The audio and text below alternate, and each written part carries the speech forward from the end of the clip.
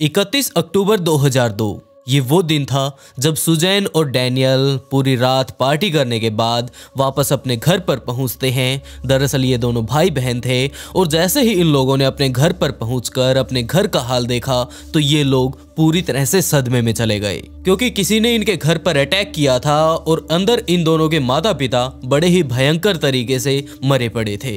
Police यहाँ पर आती है और पुलिस ने आकर यहाँ का सारा माहौल देखकर एक यही फैसला सुनाया कि ये दोनों कत्ल लूटपाट के लिए किए गए हैं। लेकिन क्या सच में यहाँ पर सिर्फ लूटपाट के लिए ये हत्याएं हुई थी या फिर इसके पीछे कोई और था? 3 नवंबर 1983 ये वो जगह थी जहाँ पर मैफल, अल्बर्ट और लेबनेज के घर पर सुजैन का जन्म हुआ। जब से सुजैन इन दोनों कपल्स की जिंदगी में आई थी, उन लोगों की फैमिली थोड़ी बड़ी हुई और उनकी खुशियों का कोई ठिकाना नहीं रहा। इसी तरह कुछ दिन और बीतते हैं, जिसके बाद उनके घर पर एक छोटा बच्चा भी हुआ जिसका नाम उन लोगों ने डैनियल रखा। अल्बर्ट और लेबनेज दोनों के दोनों अपनी सोसाइटी के काफी ज्यादा रिस्पेक्टेड लोग थे, क्योंकि ये दोनों ही नौकरी लगे हुए थे। और बात अगर इनके बच्चों के बारे में की जाए तो वो भी सिर्फ और सिर्फ अपनी पढ़ाई पर ध्यान देते और पूरा का पूरा दिन वो सारी की सारी चीजें किया करते थे जिससे वो लोग अपनी जिंदगी में आगे चलकर काफी ज्यादा अच्छा नाम कमा सकें। सुजैन धीरे धीरे कर बड़ी होने लगी और उसने इसी तरह चलते चलते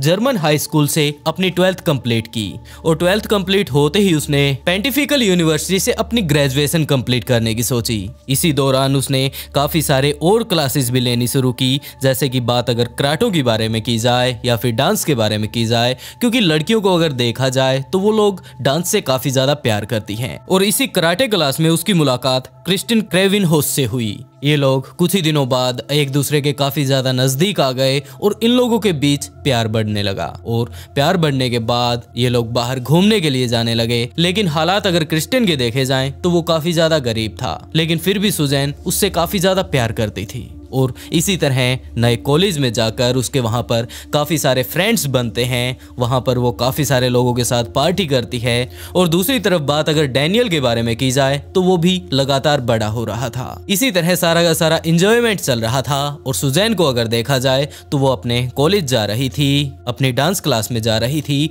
और रात को अक्सर पार्टी करने के लिए भी जा रही थी। लेकिन एक दिन ऐसा भी आया जब वो दोनों भाई बहन पार्टी करने के लिए बाहर गए थे और जैसे ही सुबह वो लोग लौटकर वापस आते हैं तो उन लोगों ने अपने घर पर देखा कि सारा का सारा घर का सामान बिखरा हुआ है। और जब उन लोगों ने अपने माता पिता को बुलाने की कोशिश की तो वहां पर कोई नहीं आया। उन्हें इस बात का काफी ज्यादा डर लग रहा था कि पता नहीं हमारे माता पिता कहां पर हैं और वो किसी तरह से रिप्लाई क्यों नहीं दे रहे। इसी तरह सोचते समझते वो लोग उनके रूम में जाते हैं। जैसे ही उन लोगों ने अपने माता पिता को देखा तो उन्होंने पाया कि ये लोग मर चुके हैं। उनका खून पूरे तरीके से बेड पर बिखरा हुआ था, क्योंकि जो कोई रात को यहाँ पर आया होगा उन्होंने इन्हें मारकर बड़े ही भयंकर तरीके से इनके बॉडी को चाकुओं से छलनी करने के बाद यही उन्हें बेड पर पटक दिया। और यही कारण था कि वो बेड अगर देखा जाए तो पूरी तरीके से खून से लथपथ हो चुका था। वो लोग इस चीज़ को देखते ही बुरे तरीके से चिल्लाने लगते हैं और चिल्लाते चिल्लाते बाहर आ गए। उनके पड़ोसियों ने पूछने की कोशिश की कि बेटा आखिरकार तुम्हारे साथ क्या हुआ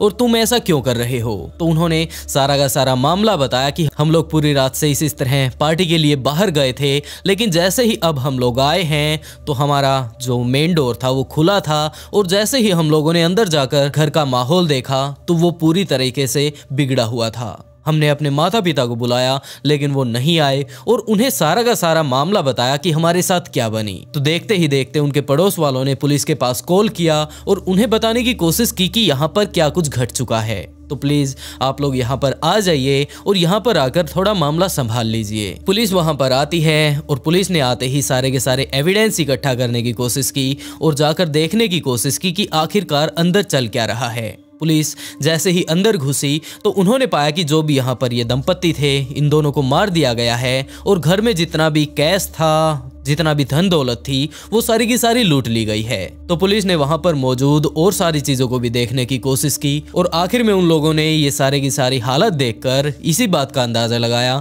कि हो ना हो ये सारा का सारा मामला लूटपाट के लिए किया गया है। और उन दोनों बच्चों ने भी कहा कि हाँ हमारे घर पर थोड़ा कैश और गहने मौजूद थे, अब अगर हालात उन जगहों की देखी जाए तो वो वहां पर नहीं है और इसके अलावा भी काफी सारा कीमती सामान यहाँ से गायब है। तो पुलिस ने ये सारी की सारी रिपोर्ट बनाई और एक तरह से सबमिट करने की कोशिश की कि ये सारा का सारा मामला लूटपाट के लिए किया गया है। लेकिन इस लूटपाट के पीछे कौन है, पुलिस का कहना था कि हम जल्द से जल्द इस बात का पता लगा लेंगे। पुलिस इस केस पर अभी तक एक तरफ काम कर ही रही थी तो दूसरी तरफ पुलिस को पता चलता है कि जिस घर में इस तरह थोड़े दिन पहले लूट हुई थी, लगभग 3-4 दिन पहले, अभी उस घर में पार्टी चल रही है। दरअसल उस घर में मौजूद लड़की सुजैन अब वो 19 साल की हो चुकी है और इसी बात को लेकर वो पार्टी कर रही है। और पार्टी भी कोई आम नहीं थी, नॉर्मल नहीं थी, जबकि वहां पर उसके सारे के सारे फ्रेंड्स आए हुए हैं, डीजे चल रहा है, उनके घर के अंदर जो स्विमिंग पूल है उसमें बड़ी ही मस्ती चल रही है। तो पुलिस को ये बात काफी ज्यादा अजीब लगी कि यार कमाल के लोग हैं।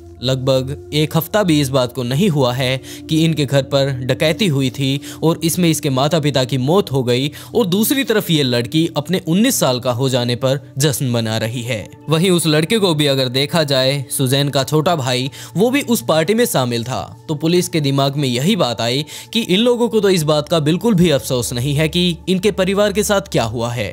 और इस बात का डाउट पुलिस को होने लगा कि अगर इन्हें इस बात की चिंता नहीं है तो हो सकता है कि उस लूट के पीछे भी इन्हीं का हाथ हो। पुलिस के पास अभी तक कोई एविडेंस नहीं था तो पुलिस ने सीधा का सीधा जाकर ये बात छानबीन करनी शुरू की कि जिस रात ये हादसा हुआ था ये लड़की कहां पर थी, ये लड़का कहां पर था और इनके साथ कौन हो सकता है। तो पुलिस ने उस बार में जाकर इस बारे में पता करने की कोशिश की कि इस तरह ये जो लड़की है ये यहाँ पर किस टाइम आई थी और इसके साथ कौन कौन मौजूद था। तो बार में मौजूद मैनेजर ने भी कहा कि ये लोग काफी ज्यादा रात को आए थे और काफी देर पार्टी करने के बाद ये लोग सुबह चले गए। लेकिन अजीब बात ये थी कि आज से पहले भी ये लोग काफी बार यहाँ पर पार्टी करने के लिए आए थे, लेकिन उस दिन ये काफी ज्यादा सैड थे और इनके चेहरे पर इतनी खुशी भी नहीं थी। तो पुलिस को अंदाजा लगाने के लिए ये सारे के सारे एविडेंस काफी थे। तो पुलिस ने उन तीनों को ही उठा लिया और अपने साथ ले जाकर उन्हें अलग अलग बैठा दिया गया और उनसे इसी तरह पूछताछ की गई। सबसे पहले बात अगर सुजैन के भाई डैनियल के बारे में की जाए तो उसने कोई ऐसी बात नहीं बताई जिससे कोई पुलिस अंदाजा लगा पाए कि यहाँ पर क्या हुआ था। उसने सारा का सारा मामला पुलिस को समझाने की कोशिश की कि हम लोग इस तरह लेट हो गए थे और उसके बाद हम लोग कहाँ पर गए वगैरह वगैरह। और पुलिस को भी डैनियल की बातों पर शक नहीं हुआ। तो पुलिस ने अब की बार क्रिस्टिन से जाकर पूछने की कोशिश की और उसने भी ऐसा ही कुछ बताया। लेकिन इन दोनों से ऐसी कोई भी बात ना पता चलने पर पुलिस को थोड़ा थोड़ा ये अंदाजा होने लगा था कि ये शायद बच्चे ही थोड़े नालायक टाइप के हैं जो कि इस तरह अपने परिवार के साथ ऐसा हादसा होने के बाद भी पार्टी कर रहे थे और हो सकता है ये लोग उस रात वैसे ही किसी बात को लेकर सैड हो और अपने माता पिता की मौत के पीछे इनका हाथ ना हो। लेकिन अभी भी सुजैन से बातचीत करनी बाकी थी और सुजैन के पास जाकर उन लोगों ने थोड़ा सख्ती से पूछने की कोशिश की, क्योंकि पुलिस ने ये बात ठान ली थी कि उन्होंने ही कुछ खास नहीं बताया तो शायद यहाँ से भी कोई खास बात हमें पता नहीं चलेगी और अगर पता चलती है तो हम लोग जल्द से जल्द, वैसे भी ये एक लड़की है और ये जल्दी ही टूट जाएगी। पुलिस इसी तरह सुजैन से भी पूछती है और असल में देखा जाए तो यहाँ पर सुजैन असल में ही टूट गई और पुलिस को जिस बात का अंदाजा तक नहीं था वो सारी की सारी बातें सुजैन ने बतानी शुरू की और उसने बताना शुरू किया कि जिन दो लड़कों से आप ये सारी की सारी बातें पूछ कर आए हैं उन्हें भी इन सब चीजों के बारे में पता है और असल में अगर देखा जाए तो हमारे माता पिता की मौत के पीछे हम ही तीनों थे, यानी कि मैं, मेरा भाई और मेरा बॉयफ्रेंड। और इतना पता चलते ही उन दोनों लड़कों को एक एक झापड़ लगाया गया और उसके बाद कहा कि अपनी सारी की सारी स्टोरी बड़ी ही आराम से बता दो, नहीं तो ये सारा मामला और ज्यादा बिगड़ जाएगा। और इस बात की शुरुआत क्रिस्टिन से की। क्रिस्टिन ने कहा कि सर ठीक है, जो कुछ भी मैं जानता हूँ वो सारी की सारी चीजें मैं आपको बताने के लिए तैयार हूँ। उसने कहा कि सुजैन के माता पिता काफी ज्यादा ड्रिंकिंग करते थे और ड्रिंक करने के बाद वो अपनी लड़की को काफी ज्यादा पीटते थे और ये बात काफी बार सुजैन ने मुझे आकर बताई थी। उसने बताया कि मेरे माता पिता के पास काफी सारा पैसा है, लेकिन अगर देखा जाए उनके शराब पीने की आदत को, वो शराब पीकर मुझे काफी ज्यादा पीटते हैं। लेकिन इस बात पर पहले तो मुझे विश्वास नहीं हो रहा था, लेकिन एक दिन सुजैन मेरे पास आई और उसने अपना गाल मुझे दिखाया। उसके ऊपर 5 की 5 उंगलियां छपी हुई थी और वो सुबह का टाइम था। इसने मेरे पास आकर बताया कि किस तरह से इसके माता पिता ने रात को इसकी धुलाई की। अगर देखा जाए तो वो अपने लड़के को भी पैसा खर्च करने के लिए नहीं देते, वो सिर्फ और सिर्फ एक ही बात चाहते हैं कि तुम किसी भी तरह से जाकर पढ़ाई करो और पढ़ाई पर जितना भी खर्चा होगा हम वो देने के लिए तैयार हैं। लेकिन बच्चा है, बाहर जाकर थोड़ा पार्टी वगैरह करना चाहता है तो इस बात की उन्हें क्या दिक्कत है। और एक दिन सुजैन मेरे पास आई और उसने ये सारा का सारा मुझे प्लान बताया, हम तीनों मिलकर मेरे माता पिता को अपने रास्ते से हटा दें, क्योंकि अगर वो रास्ते से हटते हैं तो हमें $17 मिलियन मिलेंगे। वैसे हालात अगर मेरे देखे जाएं तो काफी ज्यादा नाजुक थे और दूसरी तरफ उस लड़की का भी दुख मुझसे देखा नहीं जा रहा था। वैसे तो वो मेरी गर्लफ्रेंड थी और ऊपर से इतना ज्यादा पैसा उसके माता पिता के पास होने के बाद भी वो इतना ज्यादा तंग रहा करती थी, तो मैं इस बात के लिए राजी हो गया। और दूसरी तरफ उसके भाई ने भी हाँ भर दी, क्योंकि उसे भी पैसा ही चाहिए था। पुलिस दूसरी तरफ सुजैन के पास आई और उससे कहा कि हम लोगों को सारा का सारा मामला तो समझ आ ही चुका है, तो तुम लोगों ने अपना अपना क्या क्या कितना कितना किरदार निभाया है वो सारा का सारा अगर तुम लोग आसानी से बता दोगे तो शायद हो सकता है तुम्हारी सजा थोड़ी कम हो जाए। तो सुजैन ने कहा कि हाँ सर, जितना कुछ क्रिस्टियन ने बताया है वो सारा का सारा सच है। तो दूसरी तरफ पुलिस वाले ये बात भी पूछते हैं कि हम लोगों ने तुम्हारे माता पिता की ऑटोप्सी करवाई थी और ऐसी कोई भी रिपोर्ट सामने नहीं आई कि वो लोग नशा पता करके तुम्हें मारते हो। तो सुजैन ने कहा कि रुकिए सर, अब हमारी पूरी बात सुनिए। दरअसल हमें पैसा चाहिए था और हमारे माता पिता हमें सिर्फ उतना ही पैसे दे रहे थे जितने की हम लोग अपनी पढ़ाई पर खर्च करते थे। इसके अलावा हमें ज्यादा एक्स्ट्रा पैसे नहीं मिलते थे। अगर दूसरी तरफ बात अगर पढ़ाई के बारे में की जाए और हमारी नॉर्मल जिंदगी के बारे में की जाए तो वो लोग हमारे ऊपर कुछ ज्यादा ही प्रेशर बनाकर रखते थे। और दूसरी तरफ क्रिस्टियन को देखा जाए तो इसके पास पैसे की काफी ज्यादा कमी थी। तो हम लोगों ने इसे यही बात बताई कि अगर तुम हमारे प्लान में हमारे साथ रहते हो तो हम तुम्हें काफी सारा पैसा देंगे, क्योंकि हमारे पिता के नाम $17 मिलियन की संपत्ति है। और पहले तो ये इस बात के लिए राजी नहीं हो रहा था, तब मैंने ये सारी की सारी बातें कही थी। और असल में अगर देखा जाए तो सुजैन ही इन सब चीजों की मास्टरमाइंड थी। उसने कहा कि हम लोगों ने 30 अक्टूबर 2002 को ये सारा का सारा प्लान बनाया और 31 की रात को हमें ये प्लान पूरा करना था। हमारे घर में एक इमरजेंसी अलार्म भी लगा हुआ है, लेकिन मैं ये नहीं चाहती थी कि हम लोग इस तरह से जब उनके ऊपर अटैक करें, तो मैं नहीं चाहती थी कि ये अलार्म हमारे बीच किसी तरह से कोई समस्या बनकर सामने आए। तो मैंने इसे रात को ही ऑफ कर दिया था और रात को ही सोने से पहले मैंने दरवाजा भी खोल दिया था। मैं और मेरा भाई तो अंदर ही थे, लेकिन क्रिस्टियन बाद में आया था। और जैसे ही ये तैयार होकर आया तो हम लोगों ने जो अपने हथियार थे उनके साथ अपने माता पिता के रूम में एंट्री कर दी। वहां पर जाकर वो अभी दोनों सो रहे थे, तो हम लोगों ने उनके ऊपर उसी टाइम हमला कर दिया जब वो सो रहे थे। उसकी माँ की बीच में ही आंख खुल जाती है और जब उसने अपनी माँ के कमरे में वो छुरा घोंप रखा था तो उसकी माँ ने सिर्फ एक ही बात पूछी कि आखिर क्यों, ये सब तुमने क्यों किया। और इतना उसकी माँ ने बोला तब तक उसने वो खंजर 3 से 4 बार दोबारा से उसके पेट में मार दिया था। और देखते ही देखते इसी तरह उन्होंने उन दोनों कपल्स को मार दिया। लेकिन वो लोग इसे एक रोबरी के तौर पर दिखाना चाहते थे, जिसके लिए उन्होंने वहां पर मौजूद जितने भी पैसे थे, गहने थे, ज्वेलरी थी, वो सारा का सारा सामान निकाल लिया। और इसके अलावा भी काफ़ी सारे जो कपड़े वहां पर मौजूद थे उन सभी को वहीं पर बिखेर दिया, ताकि पुलिस को इस बात का शक बिल्कुल भी ना हो कि यहाँ से सिर्फ और सिर्फ पैसे चोरी हुए हैं। और पैसे वाली जगह तो सिर्फ और सिर्फ घर वालों को पता होती है। तो सारे के सारे हम लोगों ने वहां पर जितना भी सामान था वो सारा का सारा बिखेर दिया और जितना भी पैसा था, ज्वेलरी थी, वो सारी की सारी हम लोगों ने चुरा ली। पुलिस वालों ने कहा कि हम लोगों को इस बात पर पहले भी काफी ज्यादा शक था, क्योंकि जिस दिन तुम लोग पूल पार्टी कर रहे थे हम लोगों को उसी दिन तुम्हारे ऊपर शक हुआ था। और उससे जस्ट अगले ही दिन तुम्हारा जो ये बॉयफ्रेंड है, जो कि वैसे तो काफी ज्यादा गरीब है, इसने एक नई बाइक भी ली थी। हम लोगों ने जाकर बाइक शोरूम से भी पता किया था कि आखिरकार इसने कितने पैसे की ये बाइक ली है और कितने पैसे इसने कैश में दिए हैं। और यहीं से हम लोगों को तुम्हारे ऊपर शक होना शुरू हुआ था। जैसे ही पुलिस को इस बात का पता चलता है कि ये केस पूरी तरह से सोल्व हो चुका है, तो वो लोग उन्हें तुरंत कोर्ट में पहुंचा देते हैं। और कोर्ट में जाते ही जब जज ने ये सारे के सारी हरकतें उन लोगों की देखी, तो सुजैन को 40 साल की और उसके भाई डैनियल को भी 40 साल के साथ साथ उसके बॉयफ्रेंड को 38 साल की सजा सुनाई, वो भी बिना किसी पैरोल।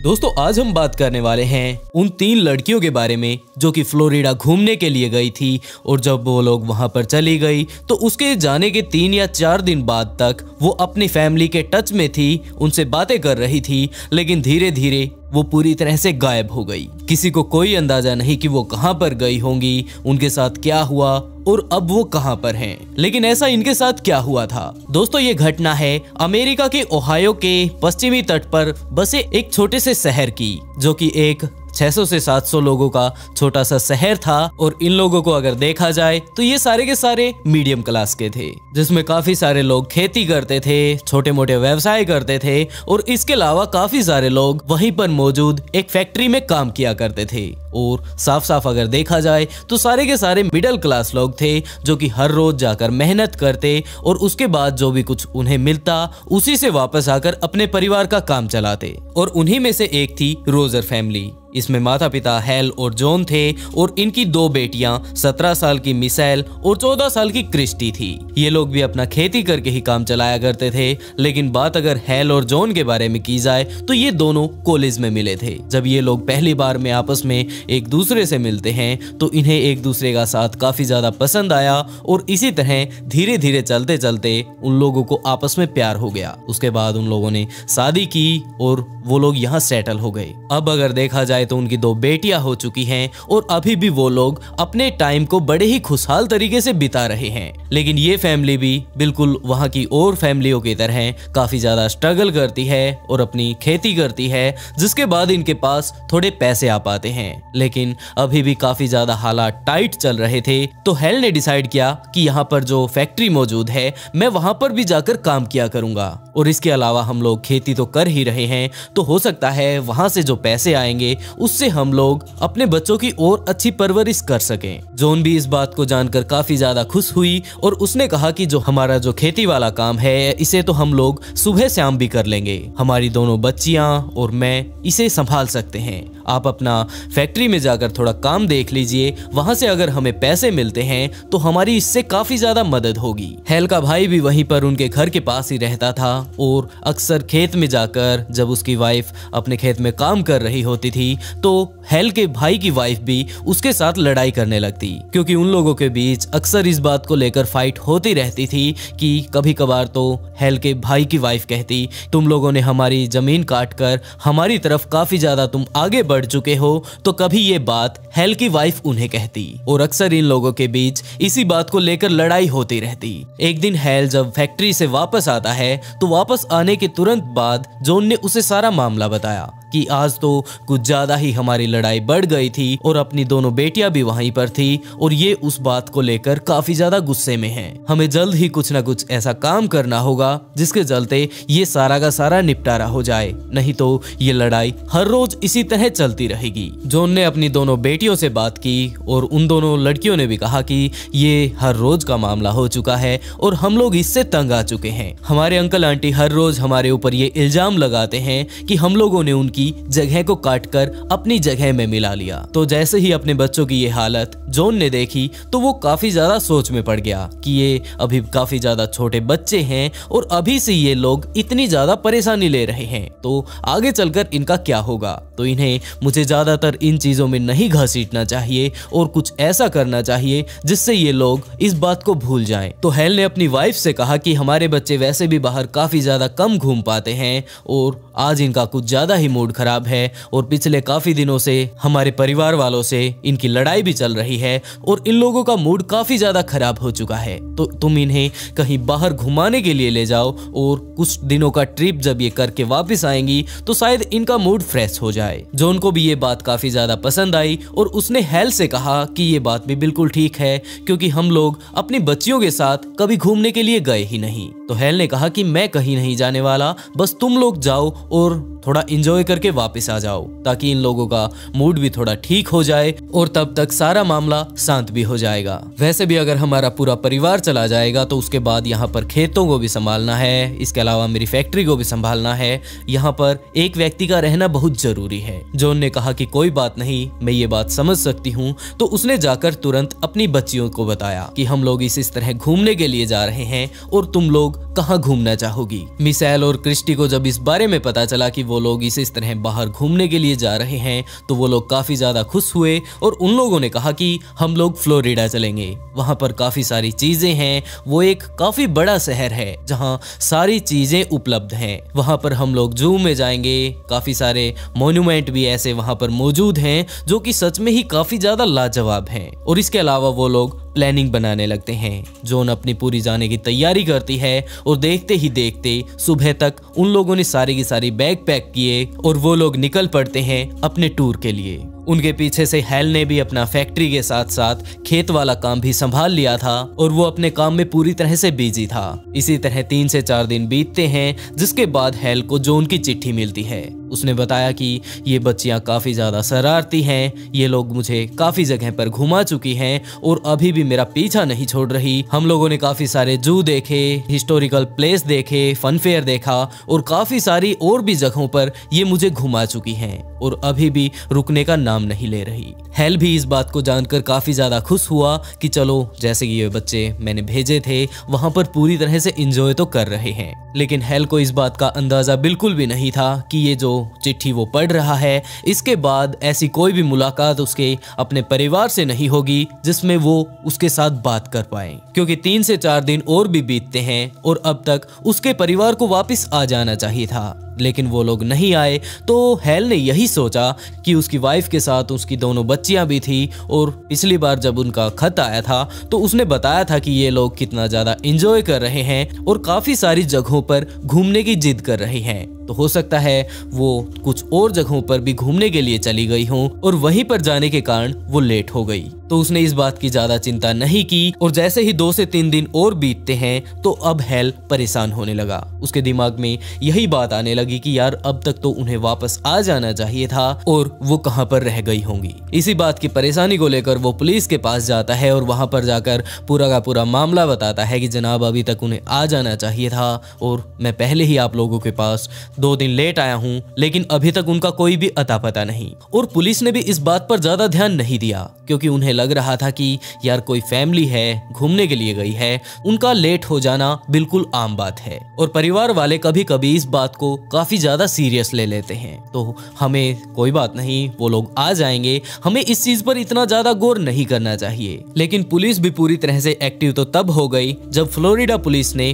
उनके पास कॉल किया कि हमें यहाँ पर एक कंप्लेंट मिली है कि यहाँ से 3 लड़कियां गायब हैं। लड़कियां यहाँ पर आई थी, उन लोगों ने होटल बुक किया था, लेकिन वो लोग पहले दिन ही होटल में आए थे, उसके बाद यहाँ पर कोई भी अता पता नहीं। लेकिन फ्लोरिडा की पुलिस को इन तीनों के बारे में ये कैसे पता चला कि ये इस शहर की है और यहाँ पर उसके पिता ने पहले ही इसकी मिसिंग कंप्लेंट डाल रखी है। तो इस बारे में जैसे ही पुलिस ने हैल को बताया कि आप यहाँ पर हमारे पास आए थे इस तरह कंप्लेंट दर्ज करवाने, तो हमारे पास फ्लोरिडा पुलिस का कॉल आया है कि जिस तरह की आपने 2 बच्चियां और एक महिला बताई थी, इसी तरह की 3 महिलाएं फ्लोरिडा से गायब हैं। हैल पुलिस के साथ फ्लोरिडा पुलिस के पास जाता है और वहां पर जाकर छानबीन करने लगते हैं। जैसे ही वो लोग फ्लोरिडा पुलिस के पास पहुंचे तो फ्लोरिडा पुलिस ने बताया कि हमारे यहाँ पर एक होटल से कॉल आता है। होटल से जब कॉल आया तो उन लोगों ने बताया कि सर हमारे यहाँ पर 3 महिलाएं रहने के लिए आई थी, लेकिन वो आज से लगभग 1 हफ्ते पहले आई थी। लेकिन बात अगर उनके रूम के बारे में आज की जाए तो वो बिल्कुल उसी तरह है जैसे कि पहले दिन था। वो सिर्फ और सिर्फ पहले दिन ही यहाँ पर आई थी, उन्होंने अपना सामान रखा और उसके बाद जब वो बाहर गई तो उस टाइम के बाद वो कभी लौटकर वापस ही नहीं आई। और हमारी ये एक सफाई कर्मचारी है जिसने उन लोगों का रूम साफ किया था, लेकिन उसके बाद जब भी इसने जाकर चेक किया तो उनका रूम लॉक ही मिलता था। लेकिन इस बात को बीते हुए लगभग आज 1 हफ्ता हो चुका है लेकिन वो रूम आज भी पूरी तरह से बंद है। हमें इस बारे में कोई अंदाजा नहीं कि वो महिलाएं अपना सामान यहाँ पर रखकर दोबारा वापस क्यों नहीं आई। हमें इस बात की चिंता होने लगी और हमें लगा कि शायद ये किसी तरह का पुलिस केस है, तो हम लोगों ने आपको इन्फॉर्म कर दिया। दूसरी तरफ हैल ने भी बताया कि हाँ, इस तरह हमारे 3 परिवार के मेंबर भी इस तरह यहाँ पर घूमने के लिए आए थे और उसने अपने उन तीनों फैमिली मेंबर्स का, अपनी दोनों बेटियों और अपनी पत्नी का फोटो जब वहां पर होटल स्टाफ को दिखाया तो उन्होंने कहा कि हाँ यही थी, वो लोग यहाँ पर आए थे लेकिन 1 हफ्ते पहले। उसके बाद उन लोगों ने सामान रखा और जब से वो गए हैं वापस मुड़कर अभी तक नहीं आए। पुलिस को पूरा मामला समझ आ गया कि विल्स्टर से इस तरह ये 3 लड़कियां यहाँ पर घूमने के लिए आई थी। इन लोगों ने अपना यहाँ पर होटल में बैग रखा और उसके बाद जब से घूमने के लिए गई हैं, इनके बारे में किसी को कुछ नहीं पता। दूसरी तरफ उन लड़कियों के पिता ने भी विल्स्टर पुलिस स्टेशन में ये रिपोर्ट दर्ज करवाई थी और अभी तक उन्हें वापस जा लेना चाहिए था। तो आखिरकार वो कहां पर गई होंगी, इस बात का अंदाजा लगाकर पुलिस वहीं पर अपना सर्च ऑपरेशन शुरू करती है। पुलिस जैसे ही उनके रूम में पहुंचती है तो वहां पर जाकर उन लोगों ने पाया कि यहाँ पर अभी भी उन लोगों का बैग बंधा हुआ है और यहाँ पर एक कैमरा भी मौजूद है। तो पुलिस ने जैसे ही वो कैमरा देखा तो उसके अंदर 2 फोटो क्लिक की गई थी। एक तो थी क्रिस्टी की, जो कि शायद वहां पर जाने की तैयारी कर रही थी, उसी टाइम मिशेल ने इसकी ये फोटो खींची होगी, और दूसरी थी बाहर नेचर की। इसके अलावा ऐसी कोई भी चीज मौजूद नहीं थी जिससे पुलिस अंदाजा लगा सके कि आखिरकार वो लड़कियां कहां पर गई होंगी। पुलिस ने वहां पर मौजूद लगभग 2 किलोमीटर के क्षेत्र को पूरी तरह से छान दिया और इसी छानबीन के दौरान उनके हाथ लगती है उस परिवार की ये गाड़ी। ये एक बीच के किनारे खड़ी थी और अभी भी पूरी तरह से लॉक थी, जिसमें उनका कोई भी मेंबर अंदर मौजूद नहीं था। ना तो दोनों की दोनों वो लड़कियां मिशेल और क्रिस्टी, और ना ही वो महिला जो कि उनकी मॉम थी जॉन। पुलिस ने वहां आसपास में छानबीन की और वहां के आसपास के मौजूद लोगों से पूछने की कोशिश की कि इस गाड़ी के बारे में आप लोग क्या जानते हैं। तो ऐसी कोई खास इन्फॉर्मेशन उन लोगों के हाथ नहीं लगी जिससे वो लोग कह सकें कि हमें इन महिलाओं के बारे में पता है। पुलिस ने उस गाड़ी को खोलने की कोशिश की और उसके अंदर चेकिंग की कि हो सकता है कोई ऐसा क्लू हमें मिल जाए जिससे हम लोग अंदाजा लगा सकें कि वो महिलाएं कहां पर गई होंगी। तो उनके हाथ एक ये कागज लगता है, इसके ऊपर उस होटल का पता था जहां पर वो रुकी हुई थी और उसके साइड में ही एक ब्लू एंड व्हाइट करके कुछ लिखा हुआ था। लेकिन पुलिस को कोई अंदाजा नहीं था कि ये ब्लू और व्हाइट क्या है। तो उन्होंने ये पर्ची हेल को दिखाई। हेल ने देखते ही पहचान लिया कि ये जो होटल वाला एड्रेस है ये तो जॉन ने लिखा हुआ है, क्योंकि मैं उसकी राइटिंग बड़े ही अच्छे से पहचान सकता हूँ। लेकिन ये जो ब्लू और व्हाइट लिख रखा है इसके बारे में मुझे कोई अंदाजा नहीं कि ये किसका होगा, क्योंकि ये राइटिंग तो ना तो मिशेल की है और ना ही क्रिस्टी की। तो पुलिस ने अंदाजा लगाना शुरू किया कि इस तरह 2 लड़कियां गायब हैं, वो लोग होटल का पता लिख कर गई हैं और दूसरी तरफ उन लोगों ने ब्लू और व्हाइट लिख रखा है। इसी टाइम वहां समंदर किनारे जो कोस्ट गार्ड मौजूद थे उन्हें समंदर से 3 लाशें मिलती हैं। उन लाशों को लाकर बाहर रखा गया और उनकी पहचान करने की कोशिश की गई, लेकिन ये लाशें लगभग 3 से 4 दिनों तक पानी में रह जाने के कारण ऐसी बुरी हालत में थी कि कोई भी उनकी पहचान नहीं कर सकता था। तो पुलिस ने उन डेड बॉडीज को पोस्टमार्टम के लिए भेज दिया और जैसे ही उनकी डेंटल रिपोर्ट सामने आई तो पता चला कि ये वो तीनों लड़कियां हैं जो कि यहाँ से कुछ दिन पहले गायब हुई थी, यानी कि जॉन, मिशेल और क्रिस्टी। जब ये रिपोर्ट पुलिस के सामने आई तो ये केस मिसिंग से किलिंग का बन गया और अब पुलिस को उन महिलाओं को नहीं जबकि उसके कातिल को ढूंढना था। रिपोर्ट में ये भी सामने आया कि इन्हें मारने से पहले इनका रेप किया गया था। और क्लू के तौर पर पुलिस के सामने सिर्फ एक यही बात थी कि कोई ऐसी ब्लू और व्हाइट चीज है जो कि इनसे रिलेटेड है। पुलिस ने थोड़ा अंदाजा लगाना शुरू किया और वहां पर खोजबीन करनी शुरू की। तो पुलिस को वहां पर एक ब्लू और व्हाइट बोट मिलती है। पुलिस ने थोड़ी और इन्वेस्टिगेशन की, लेकिन वहां पर सिर्फ एक ही ऐसी बोट मौजूद थी जिसका कलर ब्लू और व्हाइट था। तो पुलिस को पूरी तरह से विश्वास हो गया कि हो ना हो जो ये बोट का मालिक है वो किसी न किसी तरह से इन तीनों कत्लों के पीछे हो सकता है। उन्होंने जल्द से जल्द उस बोट के मालिक से मिलने की कोशिश की, उसे फोटो दिखाकर उससे पूछताछ करने की कोशिश की कि क्या आप इन तीनों महिलाओं को जानते हैं, लेकिन उसने जैसे ही फोटो को देखा तो उसने मना कर दिया। पुलिस ने कहा कि ये इस तरह से गायब हो गई और हमें आपसे थोड़ी मदद चाहिए, क्या प्लीज आप हमारे साथ आ सकते हैं और इंटरोगेशन में हमारी मदद कर सकते हैं। लेकिन उसने कहा कि नहीं सर, अब मेरा वोटिंग का टाइम हो चुका है और मैं आप लोगों के साथ नहीं चल सकता। पुलिस ने कहा कि ये एक इंटरोगेशन है और यहाँ पर 3 मर्डर हो चुके हैं, क्या आप प्लीज हमारे साथ प्यार से चलेंगे या फिर हमें जबरदस्ती आपको ले जाना होगा। वो आदमी भी पुलिस के साथ साथ चल पड़ता है, लेकिन जैसे ही वो पुलिस स्टेशन पहुंचा तो उसने किसी भी बात का साफ साफ जवाब नहीं दिया। पुलिस ने इस आदमी के बारे में जानने की कोशिश की तो पुलिस को पता चला कि इसका नाम ओबा चैम्बर है और ये पिछले काफी दिनों से यहीं पर काम करता है। लेकिन जब वो पुलिस की अच्छे से मदद नहीं कर रहा था और सारी की सारी बातों को उलझाने की कोशिश कर रहा था और सिर्फ एक ही बात बोल रहा था कि मैं जाना चाहता हूँ, तो पुलिस ने कहा कि चलो ठीक है, तुम जाना चाहते हो, हम लोग तुम्हें जाने भी देते हैं। हैं, लेकिन उससे पहले उन्होंने उसे लाई डिटेक्टर के सामने बैठा दिया। ये एक ऐसा उपकरण है जिससे कोई भी व्यक्ति अगर झूठ बोलता है तो इस बात का पता पुलिस को चल जाता है। जैसे ही उसे लाई डिटेक्टर के सामने बैठाया गया और उससे पूछताछ करनी शुरू की गई, तो जैसे ही वो लाई डिटेक्टर की रिपोर्ट सामने आई तो उससे पता चलता है कि ये आदमी उन तीनों महिलाओं को जानता था और अब तक जितना कुछ भी इसने बताया कि ये नहीं जानता और आज तक उन्हें इसने कभी नहीं देखा, वो सारा का सारा झूठ था। पुलिस ने इसे पकड़ा और अपने तरीके से ले जाकर पूछताछ करनी शुरू की और जैसे ही पुलिस ने इसके ऊपर अपना थोड़ा प्यार जताया तो इसने सारा की सारी बातें खोलकर उनके सामने रख दी। इसने कहा कि सर हाँ, इस तरह ये 3 महिलाएं मुझे मिली थी। दरअसल ये अपना होटल ढूंढ रही थी, इन्हें अपने होटल का सही एड्रेस नहीं पता था, तो मैंने ही इन्हें उनके होटल के बारे में बताया था। वो लोग काफी सारा सामान लेकर घूम रही थी, तो मैंने उनसे पूछा कि क्या आप यहाँ पर घूमने के लिए आई हैं? तो उन्होंने कहा कि हाँ, इस तरह हम लोग घूमने के लिए आए हैं और क्या यहाँ पर कोई अच्छी सी जगह है? तो मैंने उन्हें इनवाइट किया और बताया कि आप इस तरह वहाँ बीच पर आ जाइएगा, वहाँ पर मेरी खुद की बोट है, मैं आप लोगों को घुमाऊंगा और जहाँ पर भी आप जाना चाहेंगी मैं वहाँ पर भी आप लोगों को ले जाऊंगा। लेकिन उन लोगों ने कहा कि हम लोग वहाँ आकर आपको ढूंढेंगे कहाँ पर,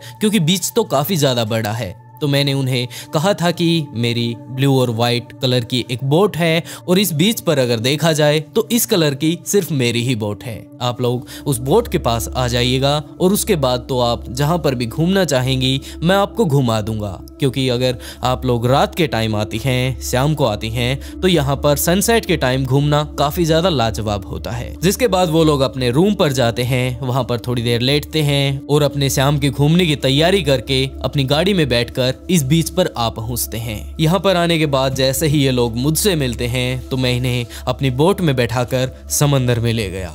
और समंदर की अगर बात की जाए तो उस टाइम हमारी नाव के अलावा आसपास में कोई भी नाव नहीं थी। मैंने जैसे ही उन दोनों लड़कियों को देखा तो वो मुझे काफ़ी ज़्यादा पसंद आई, जिसके चलते मैंने उन्हें वहीं पर पकड़ा और तीनों को ही पीटना शुरू किया। मेरी नाव में रस्सियाँ और टेप मौजूद थी, तो मैंने उन तीनों को ही बांध दिया और उसके बाद उनके मुंह पर टेप लगा दी ताकि ये ज़्यादा चीखे चिल्लाए ना। और उसके बाद मैंने उनका रेप किया और जब मुझे ये लगने लगा कि अब मुझे वापस चलना चाहिए, तो मेरे दिमाग में ये बात आने लगी कि यार अगर मैं इन्हें भी अपने साथ लेकर जाऊँगा तो ये बाहर जाते ही सब लोगों को ये बात बताने लगेंगी कि इनके साथ हुआ क्या है। तो वहीं मेरी बोट में मौजूद काफी सारी ऐसी ईंटें थी जो कि मैंने इनके साथ बांधी और इन्हें वहीं समंदर में छोड़ दिया। ईंट के बहाव के कारण ये लोग नीचे चले गए और वैसे भी मैंने इनके हाथ पैर तो बांध ही रखे थे और वहीं पर गिरकर ये मारी गई। पुलिस ने उससे पूछने की कोशिश की कि उनके लंग्स में भी काफी ज्यादा पानी भरा हुआ था, तो इसका मतलब क्या है? तुमने उन्हें जिंदा ही वहां पर उस पानी में धकेल दिया था या फिर मार कर गिराया था? तो उसने कहा कि जनाब मैं किसी को मारना नहीं चाहता, तो मैंने उसकी जान नहीं ली, जबकि उसे जिंदा ही पानी में फेंक दिया और मैंने ऐसा उन तीनों के साथ ही किया था। पुलिस के सामने जैसे ही ये रिपोर्ट आई तो उन्होंने उसे कोर्ट के सामने पेश किया और कोर्ट ने यह सब मामला देखकर उसे मौत की सजा सुनाई। दोस्तों आज हम बात करने वाले हैं मोगवार्ड फैमिली के बारे में, जो कि फिलीपींस में रहकर अपना टाइम बड़े ही मजे से बिता रही थी। लेकिन एक टाइम ऐसा भी आया जब उन्होंने एक लड़की को अपने पास गोद लिया और अपने पास रखा और अपना टाइम बिताने लगे। उसके बाद भी सब कुछ बड़े ही मजे से चल रहा था, लेकिन एक टाइम ऐसा भी आया जिसके बारे में उन लोगों ने कभी सोचा ही नहीं था। टाइम था 2021 का, जहां फिलीपींस में क्रूज मैगवार्ड, उनकी पत्नी लवेला अपने 2 बच्चों के साथ बड़े ही मजे से टाइम बिता रहे थे। क्रूज एक टीचर थे और बात अगर उनकी पत्नी के बारे में की जाए तो वो भी एक सरकारी स्कूल की प्रिंसिपल थी। उनका बेटा क्रिस फिल लुइस बड़ा होकर एक वकील बनना चाहता था, जहां बात अगर उनकी बेटी ग्रिजल ग्वेन के बारे में की जाए तो वो एक डॉक्टर बनना चाहती थी। दूसरी तरफ उनकी फैमिली काफी ज्यादा मेहनती भी थी, जो कि अपने काम करने में हो, अपनी पढ़ाई लिखाई में हो या फिर अपनी जिंदगी के किसी भी हिस्से में कोई भी काम हो, वो दिल जान से किया करते थे। क्रूज मैगवार्ड को देखा जाए या फिर उसकी पत्नी लवेला को देखा जाए तो वो काफी ज्यादा ओपन माइंडेड लोग थे और वो लोग अपना दिल खोलकर किसी को किसी भी तरह की अगर मदद की जरूरत हो तो उसकी वो दिल खोलकर हेल्प भी किया करते थे। और इसी तरह बात अगर उनके बच्चों के बारे में की जाए तो वो लोग भी ऐसा ही कुछ सीख रहे थे। टाइम बड़े ही मजे से चल रहा था तो एक दिन ग्रिजल ग्रिजल ने अपनी माता पिता से बात की कि क्या मैं अपनी एक दोस्त को अपने साथ ला सकती हूँ, क्योंकि वो मेरी स्कूल में काफी अच्छी दोस्त है और इस तरह उसके माता पिता एक्सपायर हो चुके हैं। वो अपने चाचा चाची की यहाँ पर रहती है और उसने बताया कि उसके चाचा चाची उसका बिल्कुल भी ख्याल नहीं रखते। वो लोग उससे ज्यादा काम करवाने की कोशिश करते हैं और बदले में अगर अच्छे से देखा जाए तो पेट भर खाना भी नहीं देते, और उनके आस पड़ोस के लोग उन्हें कुछ ना कहें, इसीलिए वो लोग उसे स्कूल भेजते हैं, नहीं तो वो लोग शायद उसे स्कूल भी ना आने दे। एक दिन वो बोल रही थी कि वो घर छोड़कर भाग जाएगी क्योंकि उसके घर वाले उसे काफी ज्यादा परेशान करते हैं। तो मुझे ज्यादा कुछ समझ तो नहीं आया, तो मैंने आपको आकर ये बात बताई है। तो अब आप ही बताइए कि क्या मैं उसे अपने साथ ले आऊं या फिर उसे अपने हाल पर छोड़ दूं। ये सब बातें सुनकर ग्रिजल के माता पिता भी कहते हैं कि बेटा वो इस टाइम काफी ज्यादा तकलीफ में है और हमें उन लोगों की मदद करनी चाहिए जो कि किसी भी तरह की परेशानी में हो, क्योंकि हम लोग बड़े ही अच्छे से रह रहे हैं लेकिन दुनिया में हर कोई ऐसा मौजूद नहीं जो कि बड़े ही आराम से अपनी जिंदगी बिता रहा हो। तो हमसे जितना हो सके हमें लोगों की मदद करनी चाहिए। तुम उसे अपने साथ यहाँ घर पर ला सकती हो। ग्रिजल भी खुशी खुशी अपनी दोस्त जेनिस को जाकर ये बात बताती है कि तुम्हें भागने की कोई जरूरत नहीं, अगर तुम चाहो तो हमारे साथ रह सकती हो। पहले तो जेनिस ने मना कर दिया, लेकिन जब उसके हालात ग्रिजल ने देखे तो उसे पता चल गया कि ये काफी ज्यादा तकलीफ में है। और ग्रिजल ने फिर से जेनिस से कहा कि ऐसी कोई भी दिक्कत नहीं, मेरे घर वाले काफी ज्यादा कंफर्टेबल रहेंगे। हमारे घर वालों को इस बात से कोई भी मतलब नहीं कि कोई बाहर का व्यक्ति आकर इस तरह अगर हमारे घर पर रहता है और वो किसी परेशानी में है तो वो लोग इस बात को बिल्कुल भी मना नहीं करेंगे। और वैसे भी मैंने उनसे पूछ लिया है। जेनिस भी इस बात को सुनकर बिना देरी किए उनके घर पर आकर शिफ्ट हो गई। जब जेनिस ग्रिजल की फैमिली से आकर मिलती है तो उसे काफी ज्यादा अच्छा लगता है और ग्रिजल की फैमिली को भी अच्छा लगा कि ये काफी ज्यादा मासूम लड़की है और अगर इसे सपोर्ट करेंगे तो ये आगे चलकर अपना फ्यूचर बना सकती है। तो क्रूज ने जेनिस से कहा कि बेटा तुम इसे अपना ही घर समझो और ये बिल्कुल तुम्हारे भाई की तरह है और तुम्हारी बहन की तरह है। अगर तुम्हें किसी भी चीज की दिक्कत आती है तो या तो तुम मुझे बताओ या फिर एला को बताओ, ये भी तुम्हारी बिल्कुल माँ जैसी है। और इतना कुछ जेनिस जैसे ही सुनती है तो वो कहती है कि थैंक गॉड आप लोगों ने मुझे इतना सपोर्ट किया और आप लोग मुझे अपने घर पर भी रख रहे हैं, तो मैं ये आभार आपका कभी नहीं भूल पाऊंगी। इसके अलावा उसके भाई क्रिस ने भी अपना रूम छोड़ दिया ताकि इसकी जो ये नई बहन आई है जो कि इन लोगों ने एडॉप्ट की है वो क्रिस के रूम में कंफर्टेबल होकर रह सके। और ऐसे में क्रिस लिविंग रूम में रहने लगता है और देखते ही देखते कुछ ही दिनों बाद जेनिस उस परिवार के साथ पूरे कंफर्टेबल तरीके से रहने भी लगती है। जेनिस के आ जाने के बाद उस फैमिली में कोई भी खास बदलाव नहीं हुए, जबकि इसी तरह उनका खुशी का माहौल और ज्यादा खुशी में बदलने लगा क्योंकि घर में एक नया मेंबर आया था। और बात अगर इस मेंबर की जाए तो ये भी काफी ज्यादा खुशमिजाज टाइप का था। इसी तरह वो लोग अपना टाइम बिताने लगते हैं। जेनिस भी यहाँ पर आकर काफी ज्यादा खुश थी क्योंकि उसे उस फैमिली में जाकर कभी भी ये एहसास नहीं हुआ कि वो कहीं और रह रही है, क्योंकि जो कुछ भी उसके माता पिता अपने 2 बच्चों के लिए किया करते थे वही सेम टू सेम सुविधाएं वो लोग जेनिस को भी देने लगे। लेकिन इसी तरह टाइम बीतता रहा और एक टाइम ऐसा भी आया जब जेनिस ने अपने घर से थोड़े पैसे चुरा लिए। इस बात का सभी घर वालों को पता चल जाता है, लेकिन उन लोगों ने जेनिस से कुछ नहीं कहा। सिर्फ और सिर्फ उसके पकड़े जाने के बाद उसे समझाने की कोशिश की कि बेटा ये आपकी अच्छी बात नहीं है और इस तरह अगर आपको पैसे चाहिए तो आप हमसे मांग भी सकते हैं। पैसे चुराना काफी ज्यादा गलत बात है। अगर तुम्हें किसी भी चीज की अगर जरूरत है तो तुम अपने भाई से कहो, अपनी बहन से कहो या फिर हमें ही बोल दो। और वो फैमिली इस बात को इतना बड़ा इशू नहीं बनाती क्योंकि उस फैमिली को इस बारे में पता था कि जैसे हालातों से अब ये जेनिस निकल कर आई है, इसने पैसे की काफी ज्यादा कमी देखी होगी और हो ना हो अभी ये सिर्फ और सिर्फ एक बच्ची ही तो है। ऐसी गलतियां अक्सर बच्चों से हो जाती हैं और अगर हम लोग इसे समझाएंगे तो ये समझ भी जाएगी। और ऐसा ही कुछ हुआ, जिसके बाद जेनिस ने इस चीज की माफी मांगी और सभी घर वालों ने कहा कि कोई बात नहीं, अगर तुम्हें आगे भी किसी चीज की जरूरत हो तो हमें बता जरूर देना, ऐसा कुछ तुम्हें करने की कोई जरूरत नहीं। और इसी तरह चलते चलते कुछ दिन और बीतते हैं, जिसके बाद ग्रिजल और जेनिस काफी ज्यादा नजदीक आ गए। अक्सर वो लोग टिकटॉक पर वीडियो बनाया करते थे और अपना ज्यादा से ज्यादा टाइम एक दूसरे के साथ बिताने की कोशिश करते, जैसा कि हम लोग यहाँ टिकटॉक वीडियो में देख भी सकते हैं। और उसके बाद आया 10 दिसंबर 2021। जब ये हंसता खेलता परिवार पूरी तरह से टूट गया, क्योंकि दोपहर के लगभग 2 बजे उनके पड़ोसी ने क्रूज के पास फोन किया और उसने कहा कि आपके घर के अंदर कुछ लुटेरे घुसे हैं और अंदर से काफी ज्यादा चीखने पुकारने की आवाजें आ रही हैं। क्रूज इस बात को सुनकर काफी ज्यादा घबरा गया और उसने जल्द से जल्द अपने घर पहुंचने की कोशिश की। जिस टाइम क्रूज के पड़ोसी ने उसके पास कॉल किया तो उनकी बेटी जैनिस ने मदद मांगने के लिए फेसबुक कम्युनिटी में पोस्ट किया और उसने बताने की कोशिश की कि मुझे इस तरह हमारे यहाँ पर चोर आ घुसे हैं, प्लीज कोई आकर हमारी मदद करो। अंदर से काफी ज्यादा चिल्लाने की आवाजें आ रही थी और उस टाइम दोपहर का टाइम था, जिसके कारण सारे के सारे लोग अपने काम धंधे पर निकले हुए थे और वहां पर कोई नहीं आया। तो जिस पड़ोसी ने उसे फोन किया था वो सिर्फ और सिर्फ घर के बाहर खड़ा होकर, और कुछ ही देर बाद क्रूज वहां पर आता है। जैसे ही उसने अंदर जाकर देखा तो वहां का जो माहौल था वो सच में ही काफी ज्यादा दिल दहला देने वाला था, क्योंकि उनकी सगी बेटी ग्रिजल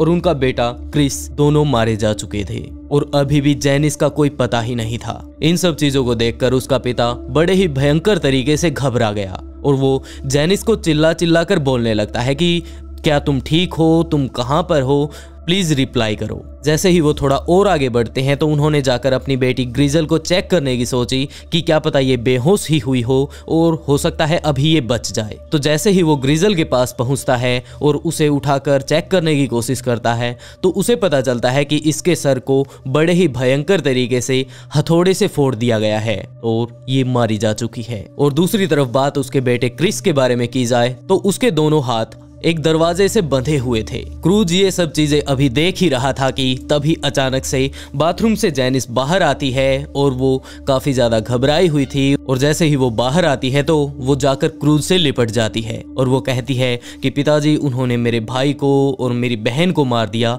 यहाँ पर कुछ लुटेरे आए थे और वो मुझे भी मारना चाहते हैं। तब तक एला भी वहां पर आ चुकी थी और एला ने जब अपने बच्चों का ऐसा हाल देखा तो वो काफी ज्यादा घबरा गई और उसने पूछा कि जैनिस कहां पर है। और जैसे ही जैनिस को उसने दूसरे कमरे में पाया तो उसने कहा कि बेटा, यहाँ पर क्या हुआ था, क्या तुम ठीक हो? तो जैनिस ने कहा कि यहाँ पर कुछ लुटेरे आए थे, यहाँ पर लूटपाट करने की कोशिश की, उन्होंने क्रिस और ग्रिजल को यहाँ पर पकड़ लिया, लेकिन मैं अपने आप को बचाने के लिए अपने आप को रूम में बंद कर लेती हूँ, जिसके कारण उन्होंने दरवाजा तो तोड़ने की कोशिश की लेकिन वो मुझे नहीं पकड़ पाए। पूरा परिवार काफी ज्यादा गहरे सदमे में था और देखते ही देखते पुलिस वहां पर आ पहुंचती है। पुलिस ने वहां पर आकर पूछताछ करने की कोशिश की कि यहाँ पर क्या हुआ था, आखिरी टाइम का कोई सस्पेक्ट कौन है और वो लुटेरे कौन हो सकते हैं। पुलिस को इन्वेस्टिगेशन करते करते लगभग 1 हफ्ता बीत जाता है, लेकिन उन्हें इस बात का पता नहीं चल पाता कि आखिरकार इस हादसे के पीछे कौन है। तो पुलिस वालों ने ये केस एक डिटेक्टिव को सौंप दिया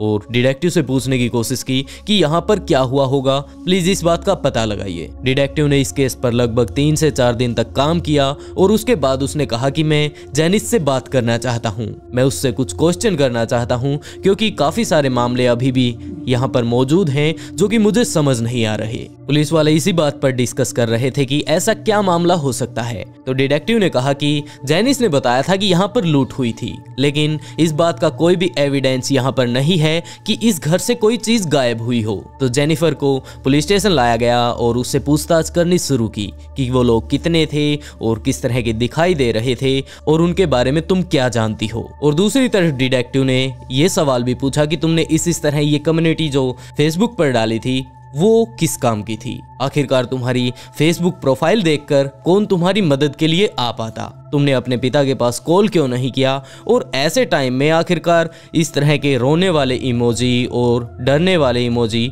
आंसुओं वाले इमोजी कौन लगाता है। और इसके अलावा जेनिफर के पिता ने यह भी बताया कि जिस टाइम वो घर पर आता है तो उसने यही बोला था कि जब चोर उसके ऊपर हमला कर रहे थे तो उसने अपने आप को दरवाजे में बंद कर लिया था, एक कमरे में बंद कर लिया था, लेकिन जब वो घर पर पहुंचता है तो उसके सिर के बाल गीले थे और वो बाथरूम से बाहर आई थी। तो ये मामला कहां पर जा रहा है। और सबसे अजीब बात यह भी थी कि जो हथौड़ा और बेसबॉल बैट था जिससे उन दोनों को मारा गया था वो इस फैमिली का ही था। तो ये बात भी काफी ज्यादा अजीब थी कि आखिरकार ये किस तरह के लुटेरे हुए जो अपने साथ अपना हथियार भी नहीं ला सकते, वो एक फैमिली के ऊपर डिपेंड होकर आएंगे कि वहीं से उन्हें हथियार भी मिलेंगे। तो हो ना हो इसके पीछे जेनिस ही है। और पुलिस ने जाकर जब उनके घर पर उस बेसबॉल से और उस हथौड़े से फिंगरप्रिंट को मैच मैच किया तो उस पर जेनिस के ही फिंगरप्रिंट थे। ये सब मामला जब आम लोगों के बीच आया, न्यूज में आया कि इस तरह एक लड़की को इन लोगों ने एडॉप्ट किया था, अपने परिवार के एक सदस्य की तरह ही रखा,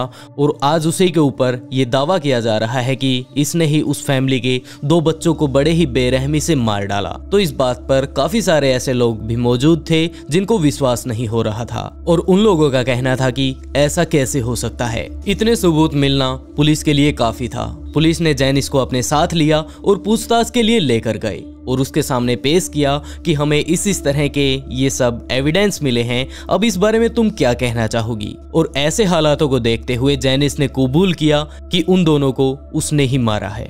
इस बात को सुनकर उसके माता पिता भी काफी ज्यादा सहम गए और उन्होंने पूछा कि बेटा तुमने आखिरकार ऐसा क्यों किया, हमने तुम्हें एडॉप्ट किया और जिस लड़की को आज तुमने मारा है उसी के कारण आज तुम इस घर में थी और तुमने उसे ही मार डाला, आखिरकार ऐसा तुमने क्यों किया। तो जेनिस ने कहा कि मुझे सच पूछो तो जेलस होने लगी थी, क्योंकि आप हम तीनों को ही इतना प्यार से पालते थे और इस तरह आज तक मुझे किसी ने नहीं रखा। आपने मुझे किसी भी तरह की कोई कमी नहीं छोड़ी और ना ही मेरे भाई बहनों को, जिसके कारण मैं यहाँ पर आई थी। लेकिन हालात अगर आज के देखे जाएं तो मेरे दिमाग में यही चल रहा था कि जितना प्यार अब मुझे मिल रहा है और हम तीनों को मिल रहा है, अगर ये दोनों अगर रास्ते से हट जाएं तो वो सारा का सारा मुझे मिलेगा और आप दोनों सिर्फ और सिर्फ मुझसे प्यार करेंगे। उसके ऐसे बयान सुनकर वो कपल अंदर तक टूट गया और उन्हें समझ नहीं आ रहा था कि आखिरकार हम इस लड़की को अब क्या बोलें। और दोस्तों, किसी बेघर की मदद करना काफी ज्यादा अच्छी बात थी, लेकिन बात अगर इस फैमिली के बारे में की जाए तो उन लोगों ने अपना दिल खोलकर एक व्यक्ति की मदद करने की कोशिश की और उसका पूरा का पूरा ख्याल रखा, लेकिन आखिरकार उन्हें कुछ ऐसा देखने को मिला जिसके बारे में उन्होंने कभी सोचा भी नहीं था। और जब ये केस कोर्ट में पहुंचा तो जेनिस को लाइफ इन प्रिजन मिली। 9 अप्रैल 2021 ये वो टाइम था जब डैनियल की मां ने डैनियल के पास कॉल किया और वो इस बात को लेकर काफी ज्यादा परेशान भी थी, क्योंकि वो पिछले लगातार 2 दिनों से उसके पास कॉल कर रही थी, लेकिन अभी भी डैनियल ने उनका फोन नहीं उठाया था। तो आखिर में उन्होंने उनकी वाइफ के पास कॉल किया, जो कि काफी दिन पहले ही उनसे अलग हो चुकी थी। इन दोनों के बीच डिवोर्स हो चुका था, लेकिन डैनियल से अब बात करने का कोई तरीका ही नहीं था, तो उन्होंने उसकी एक्स वाइफ के पास कॉल कर दिया। ये दोनों के दोनों एक ही शहर में रहा करते थे, तो हो सकता है उसकी वाइफ जाकर उसे संभाल ले। तो उसकी वाइफ वहां पर जाती है और वहां पर जाकर उसे जो कुछ मिला उसके बारे में ना तो उसकी वाइफ ने कभी सोचा था और ना ही उसकी माँ ने। टाइम था 1999 का, जब डैनियल हेल्सेट एक कंपनी में लगा हुआ था और उसकी मुलाकात एलिजाबेथ से होती है। इन दोनों को ही एक दूसरे के साथ टाइम बिताकर काफी ज्यादा अच्छा महसूस हुआ, तो वो लोग आगे भी मिलने लगते हैं और इसी तरह मिलते जुलते उन दोनों के बीच करीबियां इतनी ज्यादा नजदीक आ गई कि आखिरकार 2001 में उन्होंने शादी कर ली। शादी करने के लगभग 1 साल बाद ही उनके घर पर एक लड़की होती है जिसका नाम उन्होंने सियरा रखा। टाइम यूं ही बीतता रहता है और टाइम बीतने के साथ साथ इनके घर पर 2 बच्चे और भी होते हैं। लेकिन 2006 आते आते ये लोग लास वेगस जा पहुंचते हैं, क्योंकि डैनियल की कंपनी ने उसको दूसरे शहर शिफ्ट कर दिया था और वहां पर जाने के बाद इसकी वाइफ काफी ज्यादा अकेली रहने लगी, तो उसने वहीं पर अपने दोस्त बनाने शुरू किए और थोड़ा वो बाहर घूमने लगती है। इसी तरह चलते चलते एक टाइम ऐसा आया जब उसकी वाइफ को पॉलिटिक्स में कुछ ज्यादा ही इंटरेस्ट बढ़ने लगा और लगातार बढ़ते इंटरेस्ट के कारण वो और ज्यादा इस चीज के अंदर जाती है। और एक टाइम ऐसा भी आया जब वो उस स्टेट के इलेक्शंस में खड़ी होती है और आखिरकार वो जीत भी गई। अब वो विधायक वहां की बन चुकी थी, तो उसके पास इतना टाइम नहीं होता था, तो उसने डैनियल से ही ये बात कही कि मेरे पास इतना टाइम नहीं होता है कि मैं अपने घर परिवार को संभाल सकूं, अपने बच्चों का भी ख्याल रख सकूं, तो क्या तुम इसमें मेरी मदद कर पाओगे। डैनियल इस बात के लिए राजी हो गया कि कोई बात नहीं, तुम्हारे ऊपर वैसे भी काफी ज्यादा प्रेशर रहता है, पूरा दिन तुम काम करती हो, रात को भी अक्सर तुम जाग कर काम करती हो, तो तुम बच्चों के बारे में ज्यादा चिंता मत करो, इन्हें मैं संभाल लूंगा। डैनियल अब अपने घर को संभालने लगता है, तीनों बच्चों की देखभाल अब वो ही करने लगा था, क्योंकि उसकी वाइफ तो ज्यादातर टाइम अपने घर से बाहर ही रहती अपने पार्टी के चलते, और वहां पर स्टेट में जितने भी काम वगैरह हुआ करते थे उनके लिए वो ज्यादातर टाइम ऑफिस ऑफिस में बिताने लगी। लेकिन डैनियल को इस बारे में कोई अंदाजा नहीं था कि एलिजाबेथ जितने दिन बाहर बिता रही है, इतना ही वो अपने परिवार से दूर जाती जा रही है। और वहीं एलिजाबेथ अपने ऑफिस में एक बंदे के साथ कुछ ज्यादा ही टाइम स्पेंड करती है और उसके साथ टाइम स्पेंड करने के कारण वो उसके कुछ ज्यादा ही नजदीक आ गई थी। अब डैनियल के साथ वो इस तरह नहीं रह पा रही थी जैसा कि वो एक टाइम में पति पत्नी बनकर रहा करते थे और एक दूसरे से वो प्यार किया करते थे। और उसके बाद टाइम आया 2011 का, जब एक दिन डैनियल को पुलिस ने गिरफ्तार कर लिया क्योंकि उसकी वाइफ ने उसके ऊपर ये आरोप लगाया था कि ये अब कुछ ज्यादा ही एब्यूजिव होता जा रहा है। और शायद इसका कारण ये भी हो सकता है कि अब वो विधायक बन चुकी है। और दूसरी तरफ डैनियल को देखा जाए तो अब वो अपनी नौकरी छोड़कर अपने घर को संभाल रहा है। पुलिस उसे पकड़ ले जाती है और उससे जब पूछताछ की गई कि आखिरकार वो इस तरह के कारनामे क्यों कर रहा है, तो उसने कहा कि जनाब, जिस तरह का एलिजाबेथ बोल रही है ऐसा कुछ भी नहीं, जबकि मैं गुस्सा इससे इस बात पर हूँ कि ये अपने ऑफिस में रहकर किसी और व्यक्ति के साथ रिलेशनशिप बना रही है। ये दोनों मिलकर इसी बारे में डिस्कस कर रहे थे कि आखिरकार वो बंदा कौन है। डैनियल एलिजाबेथ से इस बारे में पूछ रहा था, लेकिन एलिजाबेथ को कुछ ज्यादा ही गुस्सा आ गया, जिसके बाद उसने पुलिस के पास कॉल कर दिया। और पुलिस वाले भी अब समझ चुके थे कि इन दोनों के बीच एक पति पत्नी के बीच होने वाली नॉर्मल लड़ाई हुई थी और गुस्से गुस्से में हो सकता है एलिजाबेथ ने पुलिस के पास कॉल कर दिया हो। तो पुलिस वालों ने एलिजाबेथ को भी समझाया और आखिरकार एलिजाबेथ समझ भी गई। वो दोनों घर पर आकर आराम से बातें करने लगते हैं। उन दोनों का सुलझेड़ा हो भी गया, लेकिन इस बात को लेकर कि अब वो दोनों एक दूसरे से अलग हो जाएंगे। डैनियल ने अपनी वाइफ से कहा कि एक टाइम ऐसा हुआ करता था जब वो अपनी नौकरी पर बड़े ही आराम से जा रहा था, लेकिन बाद में उसकी वाइफ ने इस तरह पॉलिटिक्स में अपना हाथ आजमाया और उसके बाद वहां पर जीत भी जाती है।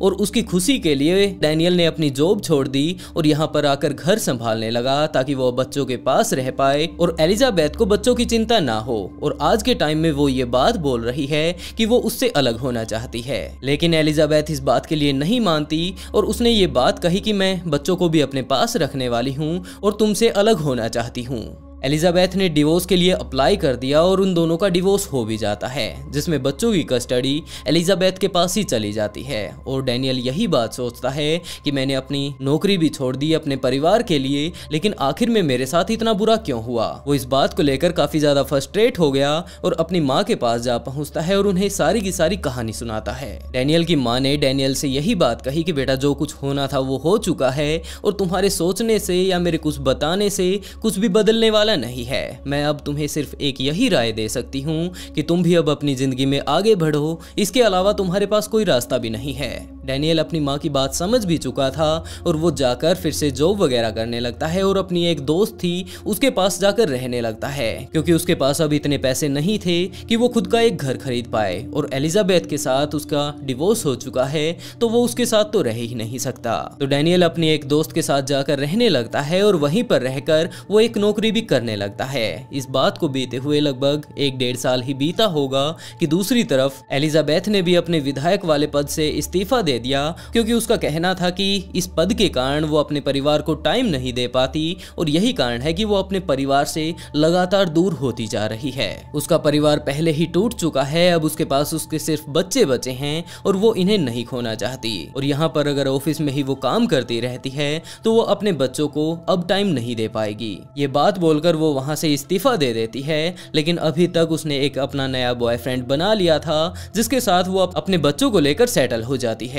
टाइम यूं ही बीतता रहता है और इसी बीच डैनियल ने फिर से शादी करने की सोची और उसकी शादी हो भी जाती है, लेकिन इस वाइफ से भी उसकी अच्छे से नहीं बन पाती, जिसके कारण वो भी उसे डिवोर्स देकर चली जाती है। और अब टाइम था 2020 का, जब डैनियल की बच्चों को उससे अलग हुए काफी दिन हो चुके थे, लेकिन उसकी सबसे बड़ी बेटी सियरा अभी भी अपने पिता को काफी ज्यादा याद किया करती थी। और एक दिन सियरा ने अपनी माँ से साफ साफ ये बात बोल दी कि वो अपने पिता के साथ रहना चाहती है। उसकी माँ ने उसे काफी समझाया, लेकिन सियरा इस बात के लिए बिल्कुल भी तैयार नहीं थी और वो जा पहुंचती है अपने पिता के पास। उसके पिता इस बात को देखकर काफी ज्यादा खुश हुए कि आखिरकार उसके पास उसकी बेटी मिलने के लिए आई है, और वो इस बात को लेकर और ज्यादा खुश तब हो गए जब उसकी बेटी ने ये बात उसके पिता को बताई कि वो हमेशा हमेशा के लिए उन्हीं के पास रहने वाली है। सियरा अपने पिता के साथ काफी दिनों तक काफी अच्छे से टाइम बिताती है और उसके पिता भी अब काफी ज्यादा खुश थे जब से उनके घर पर उनकी बेटी रहने के लिए आई थी। वो उनके साथ हर रोज बाहर बाहर घूमने के लिए जाते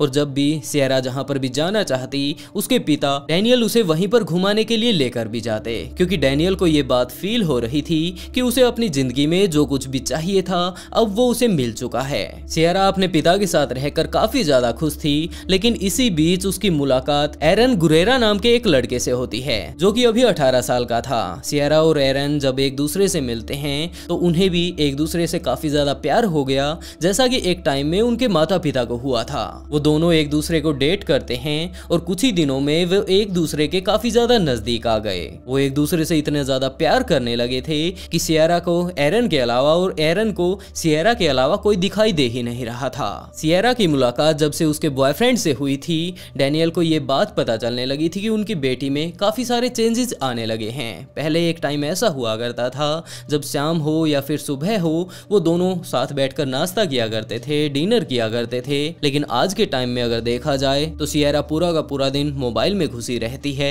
और वो इस बारे में भी ध्यान नहीं देती कि उसके पिता ने खाना खाया है या नहीं। तो उसके पिता ने सोचना शुरू किया कि ऐसी इस लड़की के पास क्या चीज आ गई है कि उसमें ये पूरा का पूरा दिन बिजी रहती है और उसे इस बारे में तो कोई ख्याल ही नहीं कि वो अपने पिता के साथ आराम से बैठकर खाना खाया करती थी, उनके साथ घूमने के लिए जाया करती थी। लेकिन आज के टाइम में अगर देखा जाए तो ये काफी ज्यादा लेट आती है और सुबह सुबह भी काफी जल्दी अपने स्कूल कॉलेज के लिए निकल पड़ती है। पहले तो उनके पिता ने भी इतना ज्यादा ध्यान नहीं दिया, लेकिन लगातार यही चीजें जब चल रही थी तो आखिर में उसके पिता ने भी सोचना चाहा कि यार मुझे जरा पता तो चले कि आखिरकार ये लड़की क्या कर रही है। और जब उसने तहकीकात करनी शुरू की तो उन्हें पता चल जाता है कि ये एरन नाम के एक लड़के के साथ रिलेशनशिप बना रही है। तो डैनियल वापस घर पर आ जाता है और सियरा जब शाम को वापस घर पर आई तो उसने उसके पास बैठकर उसे समझाना शुरू किया कि बेटा बहुत अच्छी बात है कि तुम किसी के साथ रिलेशनशिप में आना चाहती हो, लेकिन अभी तुम सिर्फ 15 साल की हो और तुम्हें पहले अपनी पढ़ाई कंप्लीट कर लेनी चाहिए। इन चीजों को करने के लिए तुम्हारे पास पूरी जिंदगी पड़ी है।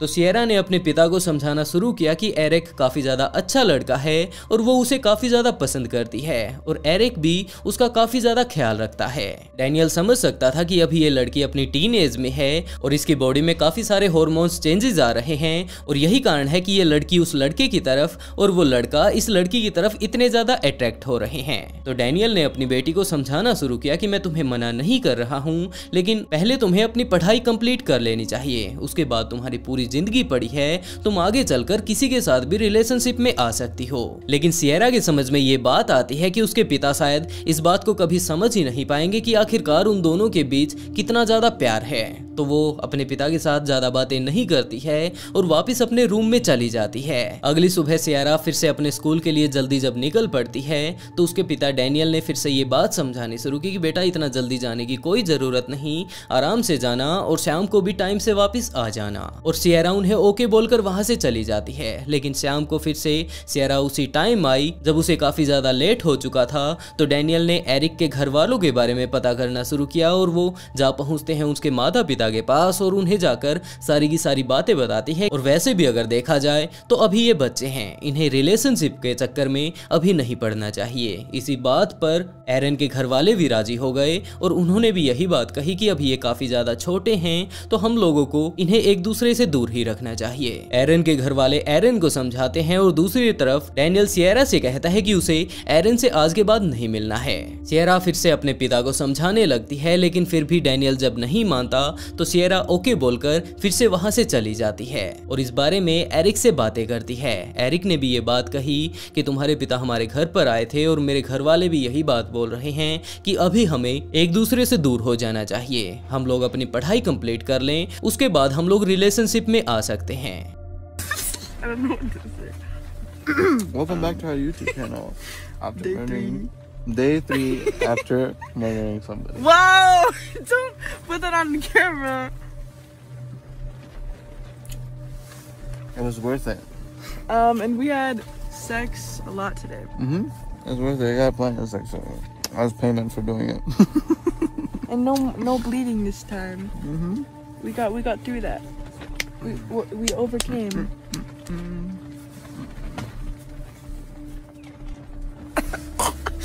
Yeah. So yeah. लेकिन इस टाइम इन दोनों के ही दिमाग पर प्यार का भूत सवार था, तो ये दोनों फिर भी मिलते रहते हैं। डैनियल को अब पता चलता है कि अभी भी ये लड़की उस लड़के से मिलती है, तो उसे काफी ज्यादा गुस्सा आ गया और उसने सियरा को काफी ज्यादा धमकाया। सियरा ने ये सारी बातें जाकर एरन को बता दी और एरन भी इस बात को लेकर काफी ज्यादा गुस्सा हुआ कि आखिरकार ये हमारे माता पिता जो हैं, ये आखिरकार हमसे चाहते क्या हैं? क्या उनसे उनके बच्चों की खुशी बर्दाश्त नहीं होती? क्योंकि मेरे घर वाले भी इसी बात को लेकर मेरे पीछे पड़े हुए हैं कि अभी भी तुम उस लड़की से मिलते तो नहीं हो। और उसके बाद टाइम आया अप्रैल 2021 का, जब सियरा 16 साल की हो गई और उसने ये बात सोची कि वो अपने बॉयफ्रेंड के साथ बाहर जाकर पार्टी करने वाली है। लेकिन उसके पिता ने इस बात से साफ इनकार कर दिया कि बेटा तुम्हें कहीं पर भी नहीं जाना है। इस बात से सियरा को काफी ज्यादा गुस्सा आया और वो वहीं पर रुक जाती है। उसका बॉयफ्रेंड दूसरी तरफ उसकी वेट कर रहा था और अगले दिन उसने पूछा कि आखिरकार वो आई क्यों नहीं, तो उसने पूरी बातें बताई कि आखिरकार उसके घर पर क्या कुछ हुआ। अब उसका बॉयफ्रेंड भी काफी ज्यादा गुस्से में था और सियरा को भी काफी ज्यादा गुस्सा आया हुआ था, तो वो दोनों ही सियरा के घर पर जा पहुंचते हैं। सियरा की दादी यानी कि डैनियल की माँ लगभग हर रोज डैनियल से बातें करती रहा करती थी, क्योंकि अब उसका डिवोर्स हो चुका था। वो अपनी जिंदगी में बिल्कुल अकेला था। बीच में उसकी फिर से शादी हुई थी, लेकिन वो भी ज्यादा दिनों तक नहीं टिक पाई, तो उसकी माँ अक्सर उससे बातें करती रहा करती थी। लेकिन उस दिन उसने फोन नहीं उठाया, तो उसकी माँ ने ये बात सोची कि शायद वो किसी काम लगा हुआ होगा और शाम होते होते डैनियल के पास फोन किया, लेकिन डैनियल ने फोन नहीं उठाया। तो उसकी माँ ने ये बात सोची कि शायद डैनियल कोई काम कर रहा होगा और जैसे ही उसको टाइम मिलता है वो फोन कर लेगा। लेकिन शाम हो चुकी थी, अभी तक उसकी माँ के पास फोन नहीं आया और शाम के टाइम उसकी माँ किसी और काम लगी हुई थी, तो उसने इस बात पर ज्यादा ध्यान नहीं दिया। और जैसे ही अगला दिन होता है, उसकी माँ को टाइम मिलता है, तो वो डैनियल के पास फोन करती है, लेकिन आज भी डैनियल ने फोन नहीं उठाया। तो उसकी माँ ने ज्यादा इसके बारे में फिर भी नहीं सोचा और उसने उसकी बेटी सियरा के पास कॉल किया। सियरा ने ये बात कही कि उसके पिता का शायद फोन खराब हो गया है और इस टाइम वो घर से बाहर आई हुई है, तो वो तो बात करवा नहीं पाएगी। डैनियल की माँ इस बात को भी मान जाती है और उसने सियरा से ही ये बात कही कि जैसे ही वो शाम को घर पर जाती है, तो वो अपने फोन से ही अपने पिता से उनकी बात करवा दे। और सियरा इस बात के लिए हाँ भर के फोन काट देती है। लेकिन शाम होने के बाद भी वापस उसका कॉल नहीं आता है और उसकी दादी अम्मा ने उसके पास जब कॉल किया ताकि वो अपने बेटे से बात कर पाए, तो सियरा ने उनका फोन नहीं उठाया। अगला दिन आ चुका था, डैनियल की माँ ने फिर से डैनियल को कॉल किया, लेकिन आज भी डैनियल ने फोन नहीं उठाया। तो अब उसे काफी ज्यादा चिंता होने लगी और उसने अपनी पोती के पास फिर से कॉल किया और ये बात कही कि वो अपने बेटे से बात करना चाहती है। लेकिन सियरा ने अब फिर से ये बात बोल दी कि वो है तो घर पे ही, लेकिन उसके पिता अभी नहाने के लिए गए हुए हैं। उसकी दादी अम्मा ने फिर से थोड़ी देर बाद उसके पास कॉल किया कि या तो सियरा फोन उठा लेगी या फिर उसका बेटा डैनियल ही फोन को उठा लेगा, लेकिन अभी भी फोन किसी ने नहीं उठाया। तो उसकी दादी अम्मा ने उसके पास मैसेज किए कि जल्दी से फोन उठाओ और मेरे बेटे के साथ मेरी बात करवाओ, नहीं तो मैं पुलिस के पास कॉल कर दूंगी। और इसी बीच उसे अपने बेटे के बारे में कुछ ज्यादा ही चिंता होने लगती है, तो उसने ये बात सोची कि आखिरकार वो किससे मदद ले सकती है। और इसी टाइम उसे याद आता है कि वहीं पर उसकी एक्स वाइफ भी रहती है, उसी शहर में जहाँ पर कि आज के टाइम में डैनियल रह रहा है। तो उसने एलिजाबेथ के पास कॉल किया और उसे सारी की सारी घटना के बारे में बताया कि इस तरह से डैनियल पिछले लगातार 2 दिनों से उसका फोन नहीं उठा रहा है और ना ही उसकी बेटी उससे उसकी बात करवा रही है। उसकी वाइफ ने डैनियल की माँ से ये बात कही कि अजीब तो उसे भी लग रहा है, क्योंकि जब उन लोगों ने शादी की थी तो उन लोगों ने एक ज्वाइंट अकाउंट खुलवाया था और 2 दिन पहले ही उसके अकाउंट से $1300 कटे थे, जिनका नोटिफिकेशन उसकी वाइफ के फोन में भी आया था। ये बात सुनकर डैनियल की माँ और ज्यादा घबरा गई और उसने रिक्वेस्ट की एलिजाबेथ से कि वो उसके बेटे को जाकर एक बार जरा संभाल आए। एलिजाबेथ इस बात के लिए राजी हो गई, लेकिन उसकी माँ को अभी भी काफी ज्यादा चिंता हो रही थी कि यार उसके खाते से भी पैसे निकले थे, लेकिन उसके बाद उसका बेटा फोन ही नहीं उठा रहा है, आखिरकार उसके साथ क्या हुआ होगा। और इसी चिंता में उसने पुलिस के पास कॉल कर दिया। लेकिन पुलिस से पहले ही एलिजाबेथ डैनियल के घर पर जा पहुंचती है और वहां पर जाकर उसने देखा कि उसके घर का दरवाजा अभी भी खुला है। वो अंदर जाकर देखती है तो उसने देखा कि एक जगह ऐसी मौजूद है जहां पर आग लगी हुई है और वहीं पर एक डेड बॉडी पड़ी हुई है जिसकी आग में भुला झुलसने के कारण मौत हो चुकी है। तो एलिजाबेथ ने भी पुलिस के पास कॉल कर दिया कि वो यहाँ पर अपने पति से मिलने के लिए आई थी, क्योंकि वो लगातार पिछले 2 दिनों से किसी भी तरह का कोई रिस्पॉन्स नहीं दे रहे थे। लेकिन यहाँ के हालात उसे काफी ज्यादा खौफनाक मिले हैं। पुलिस वाले भी जल्द से जल्द डैनियल के घर पर आ पहुंचते हैं और यहाँ पर आकर उन्होंने जब इन्वेस्टिगेशन करनी शुरू की तो उन्हें पता चलता है कि यहाँ पर एक डेड बॉडी है जो कि बड़े ही बुरे तरीके से झुलसी हुई है। तो पुलिस वालों ने तुरंत उस बॉडी को पोस्टमार्टम के लिए भेज दिया कि आखिरकार ये किसकी है, डैनियल की या फिर उसकी बेटी की। पुलिस वाले एलिजाबेथ से भी पूछताछ करते हैं और उसकी माँ से भी पूछताछ करते हैं कि आखिरी बार आप लोगों ने इनसे बात कब की थी और क्या आखिरी टाइम में आपकी आपस में कोई लड़ाई हुई थी, यहाँ पर इसके परिवार में इसके साथ कौन रहता है। और सारी की सारी इंफॉर्मेशन मिलने के बाद उन्हें सिर्फ यही पता चलता है कि यहाँ पर सियरा के अलावा उसके साथ और कोई नहीं रहता था। पुलिस जब ये पूछताछ कर ही रही थी तो इसी बीच एलिजाबेथ ने पुलिस वालों को ये बात बताई कि हम दोनों का ज्वाइंट खाता था और उससे लगभग 2 दिन पहले ही $1300 की शॉपिंग की गई है, वो भी अलग अलग शॉपिंग सेंटर्स से। ये सारी की सारी पूछताछ एक तरफ हो ही रही थी और दूसरी तरफ पुलिस वाले उसके घर की भी छानबीन कर रहे थे, जहाँ पर उन्हें काफी सारी अजीबोगरीब चीजें मिलती है। एक बड़ा सा कटर मिला, उसके अलावा 2 चाकू और एक बड़ी सी ब्लीच की बोतल। उन दोनों ही चाकुओं के ऊपर खून लगा हुआ था और इस टाइम यहाँ इस घर से सियरा गायब थी। पुलिस वालों ने जब उसकी माँ से पूछताछ करनी शुरू की तो उसकी माँ ने सारी चीजें बता दी कि किस तरह वो लड़की एक रिलेशनशिप में थी, लेकिन उसका बेटा इस बात के बिल्कुल खिलाफ था, क्योंकि अभी ये लड़की सिर्फ पढ़ाई ही कर रही थी और ये काफी ज्यादा छोटी भी थी। तो पुलिस वाले सियरा की खोजबीन शुरू कर देते हैं और उसी टाइम एक जगह सियरा अपने बॉयफ्रेंड के साथ एक बस में जा रही थी और वहां पर उस टाइम उनके पास टिकट नहीं थी। तो उस बस कंडक्टर ने कहा कि तुम्हें फाइन भरना होगा, लेकिन उन दोनों ने इस बात से साफ इनकार कर दिया। तो उस बस कंडक्टर ने ये बात कही कि सबसे पहले तुम लोग अपनी आईडी दिखाओ, और आईडी दिखाने के बाद वो उन्हें पुलिस के पास लेकर जाता है कि ये 2 बंदे हैं जो कि बिना टिकट के मिले हैं और अब ये फाइन भी नहीं भर रहे हैं। तो उन पुलिस वालों ने जब उनकी आईडी चेक करनी शुरू की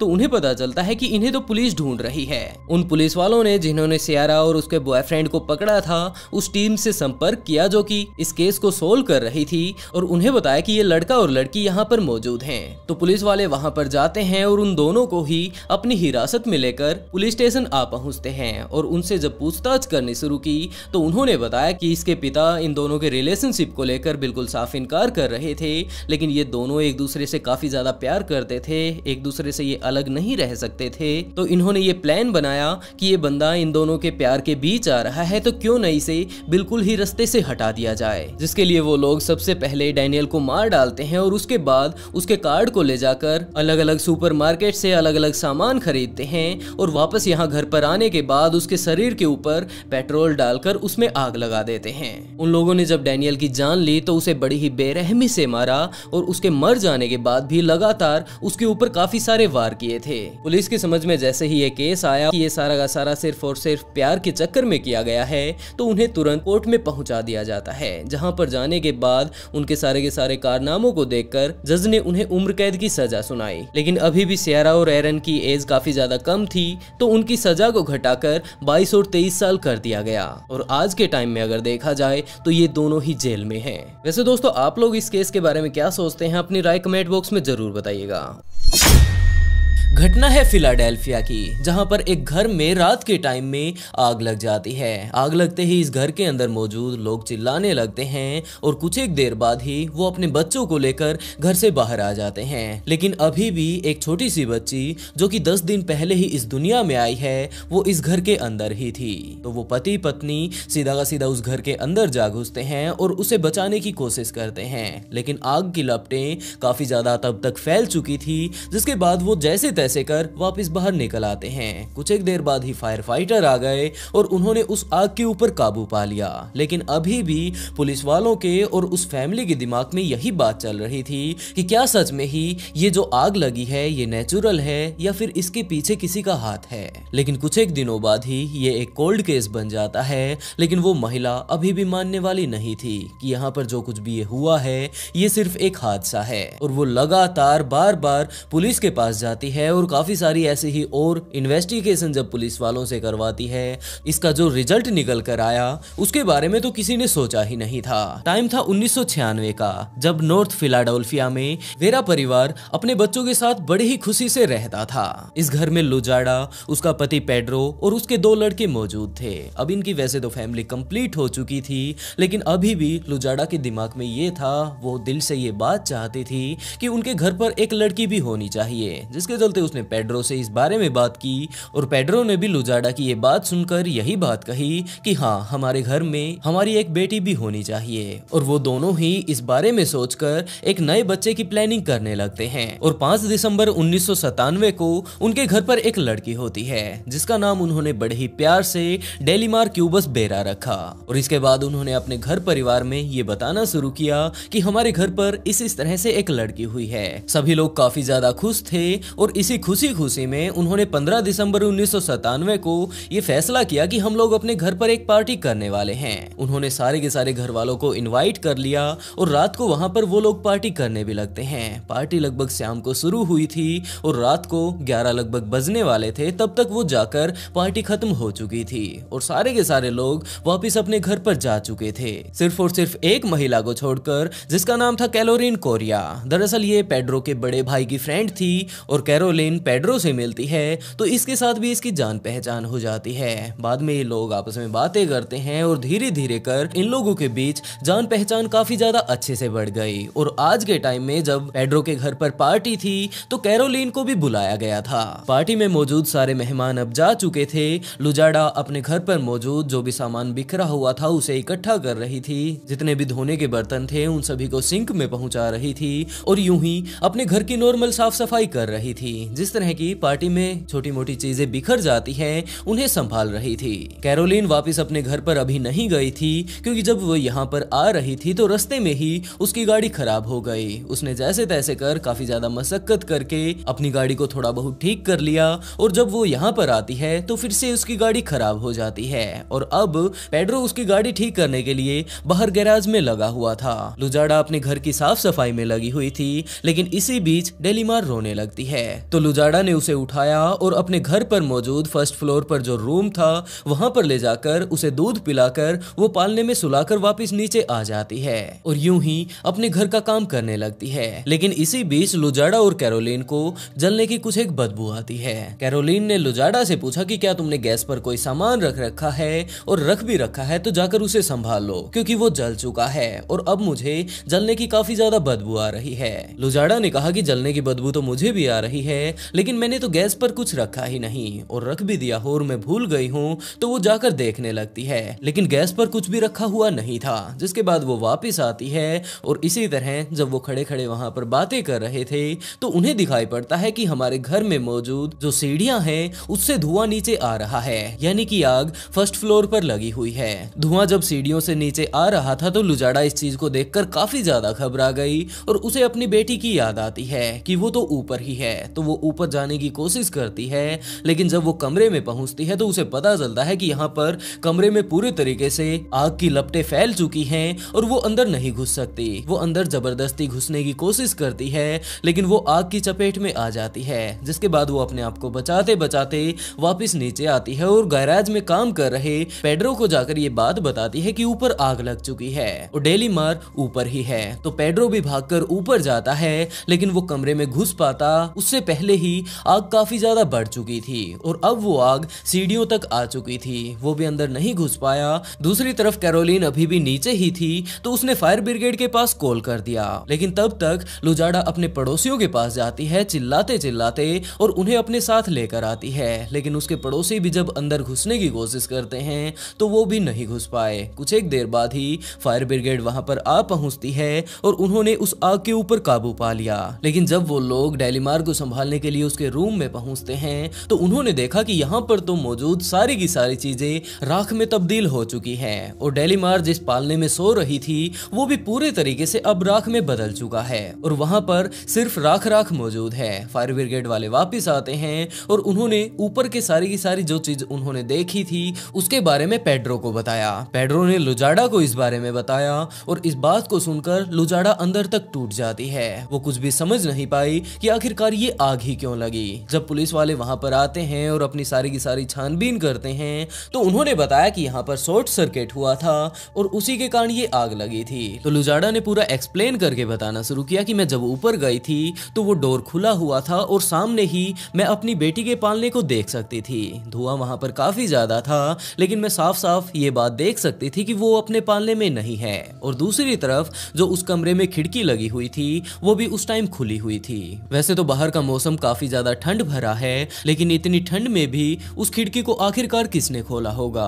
लेकिन पेड्रो दूसरी तरफ लुजाडा की बातों पर बिल्कुल भी ध्यान नहीं देता है और उसने ये बात सोचनी शुरू की कि जो यहाँ पर ये हादसा हुआ है उसके कारण लुजाडा के दिमाग पर काफी ज्यादा गहरा असर हुआ है और उसी के कारण ये ऐसी बहकी बहकी बातें कर रही है। हो सकता है ये सिर्फ इसके दिमागी ख्याल हो कि अगर उस टाइम वो खिड़की खुली होती और कोई बंदा इसे वहां से बाहर लेकर चला जाता तो इसकी बेटी बच जाती। और यही सब बातें सोचकर वो लुजाडा की बात को इग्नोर कर देता है। पूरा परिवार अब काफी ज्यादा गहरे सदमे में था और उससे भी काफी ज्यादा गहरे सदमे में लुजाडा थी। इस घटना को बीते हुए 3-4 महीने अब बीत चुके थे।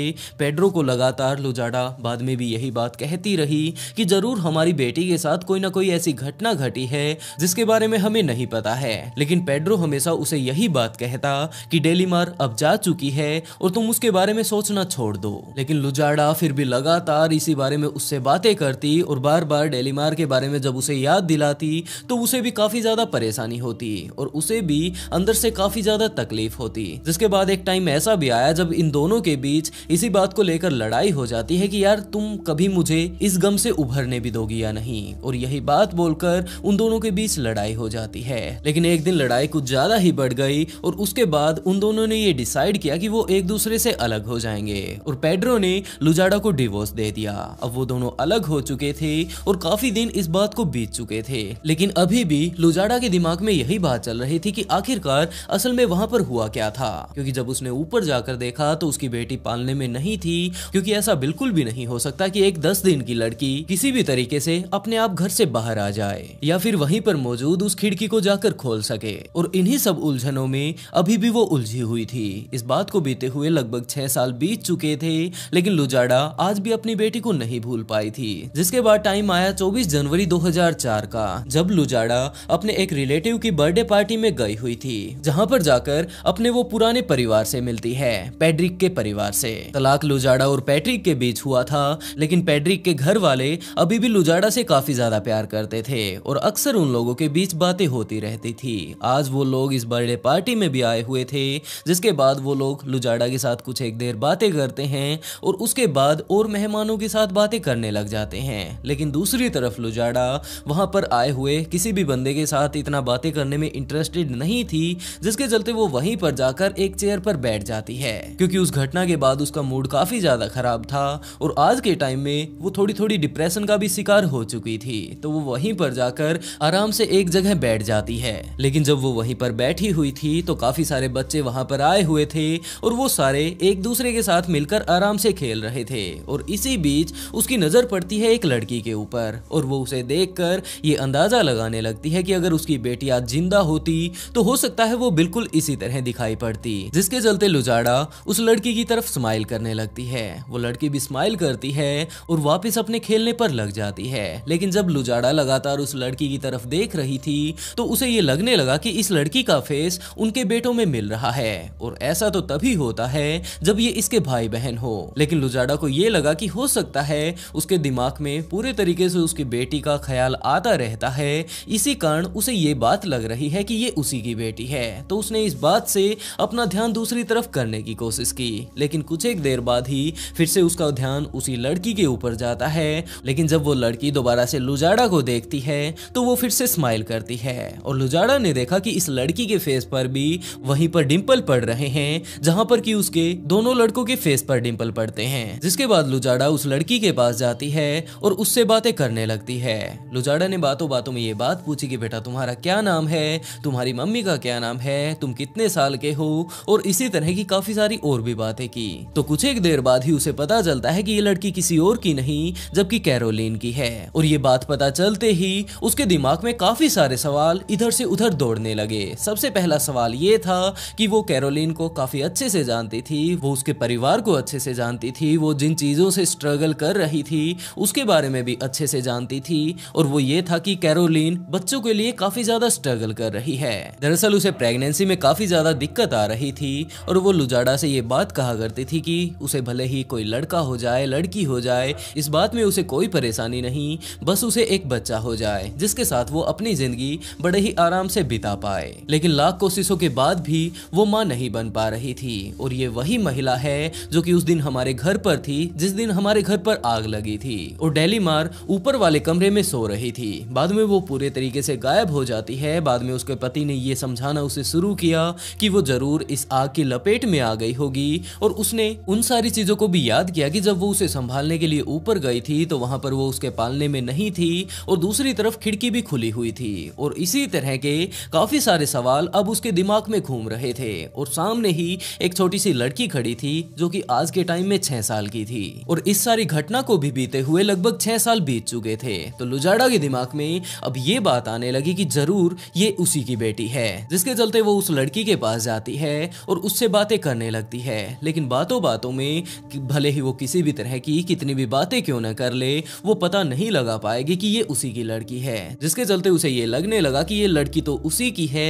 लेकिन आखिरकार इस बात का वो पता लगाए तो लगाए कैसे, जिसके चलते उसने उस लड़की के सिर से 2-3 बाल ये बात कहकर उखाड़ लिए कि बेटा तुमने ये च्युइंगम कहां से खाई थी, देखो तुम्हारे बालों में लग गई है। और ये बात बोलकर उसने वो च्युइंगम का नाम लेकर उसके सिर से लगभग 3-4 बाल उखाड़ लिए, और वो उन बालों को अपने साथ लेकर वापस अपने घर पर चली जाती है। घर पर जाकर उसने ये बात सोचनी शुरू की कि अब इनका अगर मैं डीएनए टेस्ट करवा लेती हूँ तो उससे ये बात बिल्कुल क्लियर हो जाएगी कि ये लड़की कैरोलिन की है या फिर मेरी है। और इसी बात को लेकर वो पुलिस स्टेशन जा पहुंचती है और पुराने केस के बारे में उन्हें डिटेल से बताती है कि जनाब आज से लगभग 6 साल पहले कुछ इस तरह की घटना घटी थी। तो पुलिस वाले उस केस को देखते हैं और उन्होंने यही बात कही कि मैम आप मान जाइए आपकी बेटी उसी आग में झुलस चुकी है। लेकिन वो अपने सारे के सारे एविडेंस जो कि उसे लग रहा था उनके बारे में बताती है, और उसके साथ ही उन बालों को भी पुलिस वालों को दिखाती है कि मैं उस लड़की के ये बाल ले आई हूँ, अगर आप लोग इसका डीएनए टेस्ट करवा लेते हैं तो सारी चीजें बिल्कुल क्लियर हो जाएंगी। लेकिन पुलिस वाले इस बात पर बिल्कुल भी ध्यान नहीं देते हैं, और उन्होंने यही बात कही कि मैम अगर आपको ज्यादा ही शक हो रहा है तो हम इस केस के ऊपर थोड़ी इन्वेस्टिगेशन कर ही देते हैं। जिसके चलते पुलिस वाले कैरोलिन के घर पर जा पहुंचते हैं और उन्होंने उसकी बेटी का बर्थ सर्टिफिकेट उनसे मांगा, और कैरोलिन ने पुलिस वालों को एक बर्थ सर्टिफिकेट दे भी दिया, जिससे ये बात बिल्कुल प्रूव हो गई कि इस लड़की का जन्म उस आग वाली घटना के करीबन 1 महीने बाद हुआ है। और पुलिस वाले इस केस को यूं ही बंद कर देते हैं। लेकिन लुजाडा इतना कुछ समझ लेने के बाद, इतना कुछ जब उसके हाथ लग चुका था तो वो रुकने वाली नहीं थी, जिसके चलते वो ये बात सोचने लगती है कि आखिरकार वो इस बात को प्रूव कैसे करे। जिसके चलते वो वहीं पर एक पॉलिटिशियन के पास जा पहुंचती है। वो उससे काफी सारे अपॉइंटमेंट लेती है और एक दिन उससे उसकी मुलाकात हो जाती है। मुलाकात होते ही लुजाडा ने अपनी सारी की सारी स्टोरी उन्हें बताना शुरू किया, और इसके साथ ही अपने वो बाल भी उनके सामने पेश किए कि जनाब ये वो बाल हैं, जरा आप इस चीज का डीएनए भी करवा लेते हैं तो बात बिल्कुल साफ हो जाएगी। और जिस तरह का वो कैरोलिन ने सर्टिफिकेट पुलिस वालों के सामने पेश किया है वो सिर्फ और सिर्फ 1 महीने बाद का है उस घटना के जब हमारे घर पर आग लगी हुई थी। और उस टाइम वो हमारे घर पर आई हुई थी, लेकिन उस टाइम उसके हालातों को देखकर बिल्कुल भी ऐसा नहीं लग रहा था कि वो किसी भी एंगल से प्रेग्नेंट है। लेकिन 1 महीने बाद ही उसने एक बच्चे को जन्म कैसे दे दिया। तो पॉलिटिशियन ने आराम से बैठकर लगभग 1.5-2 घंटों तक उसकी पूरी कहानी को सुना, और उसे इस बात का पता चलता है कि ये महिला लगभग पिछले 6 सालों से इसी बात के लिए काफी ज्यादा परेशान हो रही है, और आज के टाइम में भी कोई इसकी मदद नहीं कर रहा। इसका पति इसे छोड़कर जा चुका है, लेकिन आज भी ये महिला अपनी बच्ची के लिए इतना ज्यादा तड़प रही है। तो उसने उसकी पूरी की पूरी मदद करने की सोची, और वो वहीं के डिस्ट्रिक्ट अटॉर्नी के पास इन सारी चीजों को भेज देता है कि जरा इसके ऊपर पूरे के पूरे फोरेंसिक टेस्ट करवाओ और इसका डीएनए वगैरह निकलवाओ। और जैसे ही डीएनए की रिपोर्ट आती है तो वहां पर मौजूद सारे लोगों की आंखें फटी की फटी रह जाती है, क्योंकि ये लड़की जिसे आज के टाइम में कैरोलिन पाल रही है वो कोई और नहीं जबकि डेलीमार ही थी। लुजाडा इस बात को जानकर काफी ज्यादा खुश हुई कि उस दिन उस हादसे में उसकी बेटी की जान बच चुकी थी। और जब पुलिस वालों ने पूरी की पूरी इस चीज की डिटेल निकाली तो उन्हें पता चलता है कि यहाँ पर जो ये हादसा हुआ था आग लगने वाला, ये भी यूं ही नहीं हो गया था, जबकि यहाँ पर ये शॉर्ट सर्किट करवा के कैरोलिन ने ही ये आग लगाई थी। और जब पुलिस वालों ने इसकी पूरा पुरानी डिटेल निकाली तो उन्हें पता चलता है कि ये पहले एक हॉस्पिटल में काम कर चुकी है और वहां पर इसने थोड़ा घपला किया था। उस घपले को छुपाने के लिए, उसकी सारी की सारी कागज कार्रवाई को बचाने के लिए इसी तरह 1992 में भी इसने एक आग लगा दी थी, लेकिन वहां पर इसे पकड़ लिया गया था और बाद में इसे छोड़ दिया गया। लेकिन यहाँ पर तो इसने एक छोटी सी लड़की की ही जान जोखिम में डाल दी। लेकिन अभी भी सवाल ये था कि कैरोलिन ने आखिरकार ये सारी की सारी चीजें अकेले कैसे की होंगी, क्योंकि डेलिमार उस टाइम फर्स्ट फ्लोर पर सो रही थी और आखिरकार वो खिड़की से उसे लेकर बाहर कैसे निकली होगी। उसके बाद वो ग्राउंड फ्लोर पर पहुंची और ये सारी चीजें उसने कैसे की होंगी। और जब पुलिस वालों ने कैरोलिन से ये सारी बातें पूछी तो आखिर में उसने एक ऐसा खुलासा किया जिसके बारे में लुजाडा भी नहीं जानती थी। उसने बताया कि पेड्रो उसके साथ ही मिला हुआ था और उसने ही ये सारी चीजें करने में उसकी मदद की थी। लेकिन पेड्रो ने साफ इनकार कर दिया कि जनाब मैं ऐसा क्यों करने लगा। लुजाडा और मैंने, हम दोनों ने ही मिलकर ये प्लानिंग बनाई थी कि हमें एक लड़की भी होनी चाहिए और हम लोगों ने बच्चे की प्लानिंग की थी। लेकिन जो ये महिला यहाँ पर बोल रही है इसके बारे में मैं बिल्कुल भी नहीं जानता। और वैसे भी लुजाडा जानती है कि मैं उस टाइम गैराज में गाड़ी ठीक कर रहा था। पुलिस वाले इस केस के ऊपर और अच्छे से इन्वेस्टिगेशन करते हैं, लेकिन कैरोलिन ने जो ये बातें कही थी इसका कोई भी पुख्ता सबूत उसके पास नहीं था और ना ही कोई ऐसा एविडेंस मिला जिससे ये बात साबित हो पाए कि पेड्रो उसके साथ ही मिला हुआ था। तो आखिर में यही बात सोची गई कि लुजाडा की अब बेटी उसे वापस मिल चुकी है और उसका पति भी पहले उसे पागल बोलता था, लेकिन आज ये बात क्लियर हो चुकी है और अब ये दोनों साथ रहने लग जाएं इसके लिए झूठ बोल रही हो और वो पेड्रो को सिर्फ फंसाने की कोशिश कर रही हो। यही बात पुलिस वालों की समझ में आई और उन लोगों ने पेड्रो को यूं ही बरी कर दिया। दूसरी तरफ कैरोलिन के ऊपर कोर्ट में केस चलता है और जब जज ने उसकी इन सारी हरकतों को देखा तो उसे 9 से 40 साल की सजा सुनाई। वैसे दोस्तों आप लोग इस केस के बारे में क्या सोचते हैं? एक तरफ तो कैरोलिन जिसे बच्चों की जरूरत थी और दूसरी तरफ लुजाडा जो कि इस बात के लिए ही अपनी अगली प्रेगनेंसी के लिए राजी होती है कि उन्हें लड़की चाहिए और जब उन्हें वो हो भी जाती है तो कैरोलिन वहां पर आकर उसे इस तरह से चुरा लेती है। और इन सारी चीजों में डेलिमार को तो कुछ पता ही नहीं था कि वहां पर क्या कुछ हो गया। पहले उसे उसके ही घर से चुरा लिया गया और आज के टाइम में वो वापस अपनी माँ के पास आ चुकी है। वैसे दोस्तों आज की स्टोरी आप लोगों को कैसी लगी कमेंट बॉक्स में जरूर बताइएगा। अगर अच्छी लगी हो तो वीडियो को लाइक कर चैनल को सब्सक्राइब जरूर कर लें। और इसी के साथ दोस्तों आज का शाउट आउट लीजा युप्थोनी को and write beautiful comment to get a shout out in next video. बहुत जल्द मिलते हैं एक और नए ट्विस्टेड केस के साथ।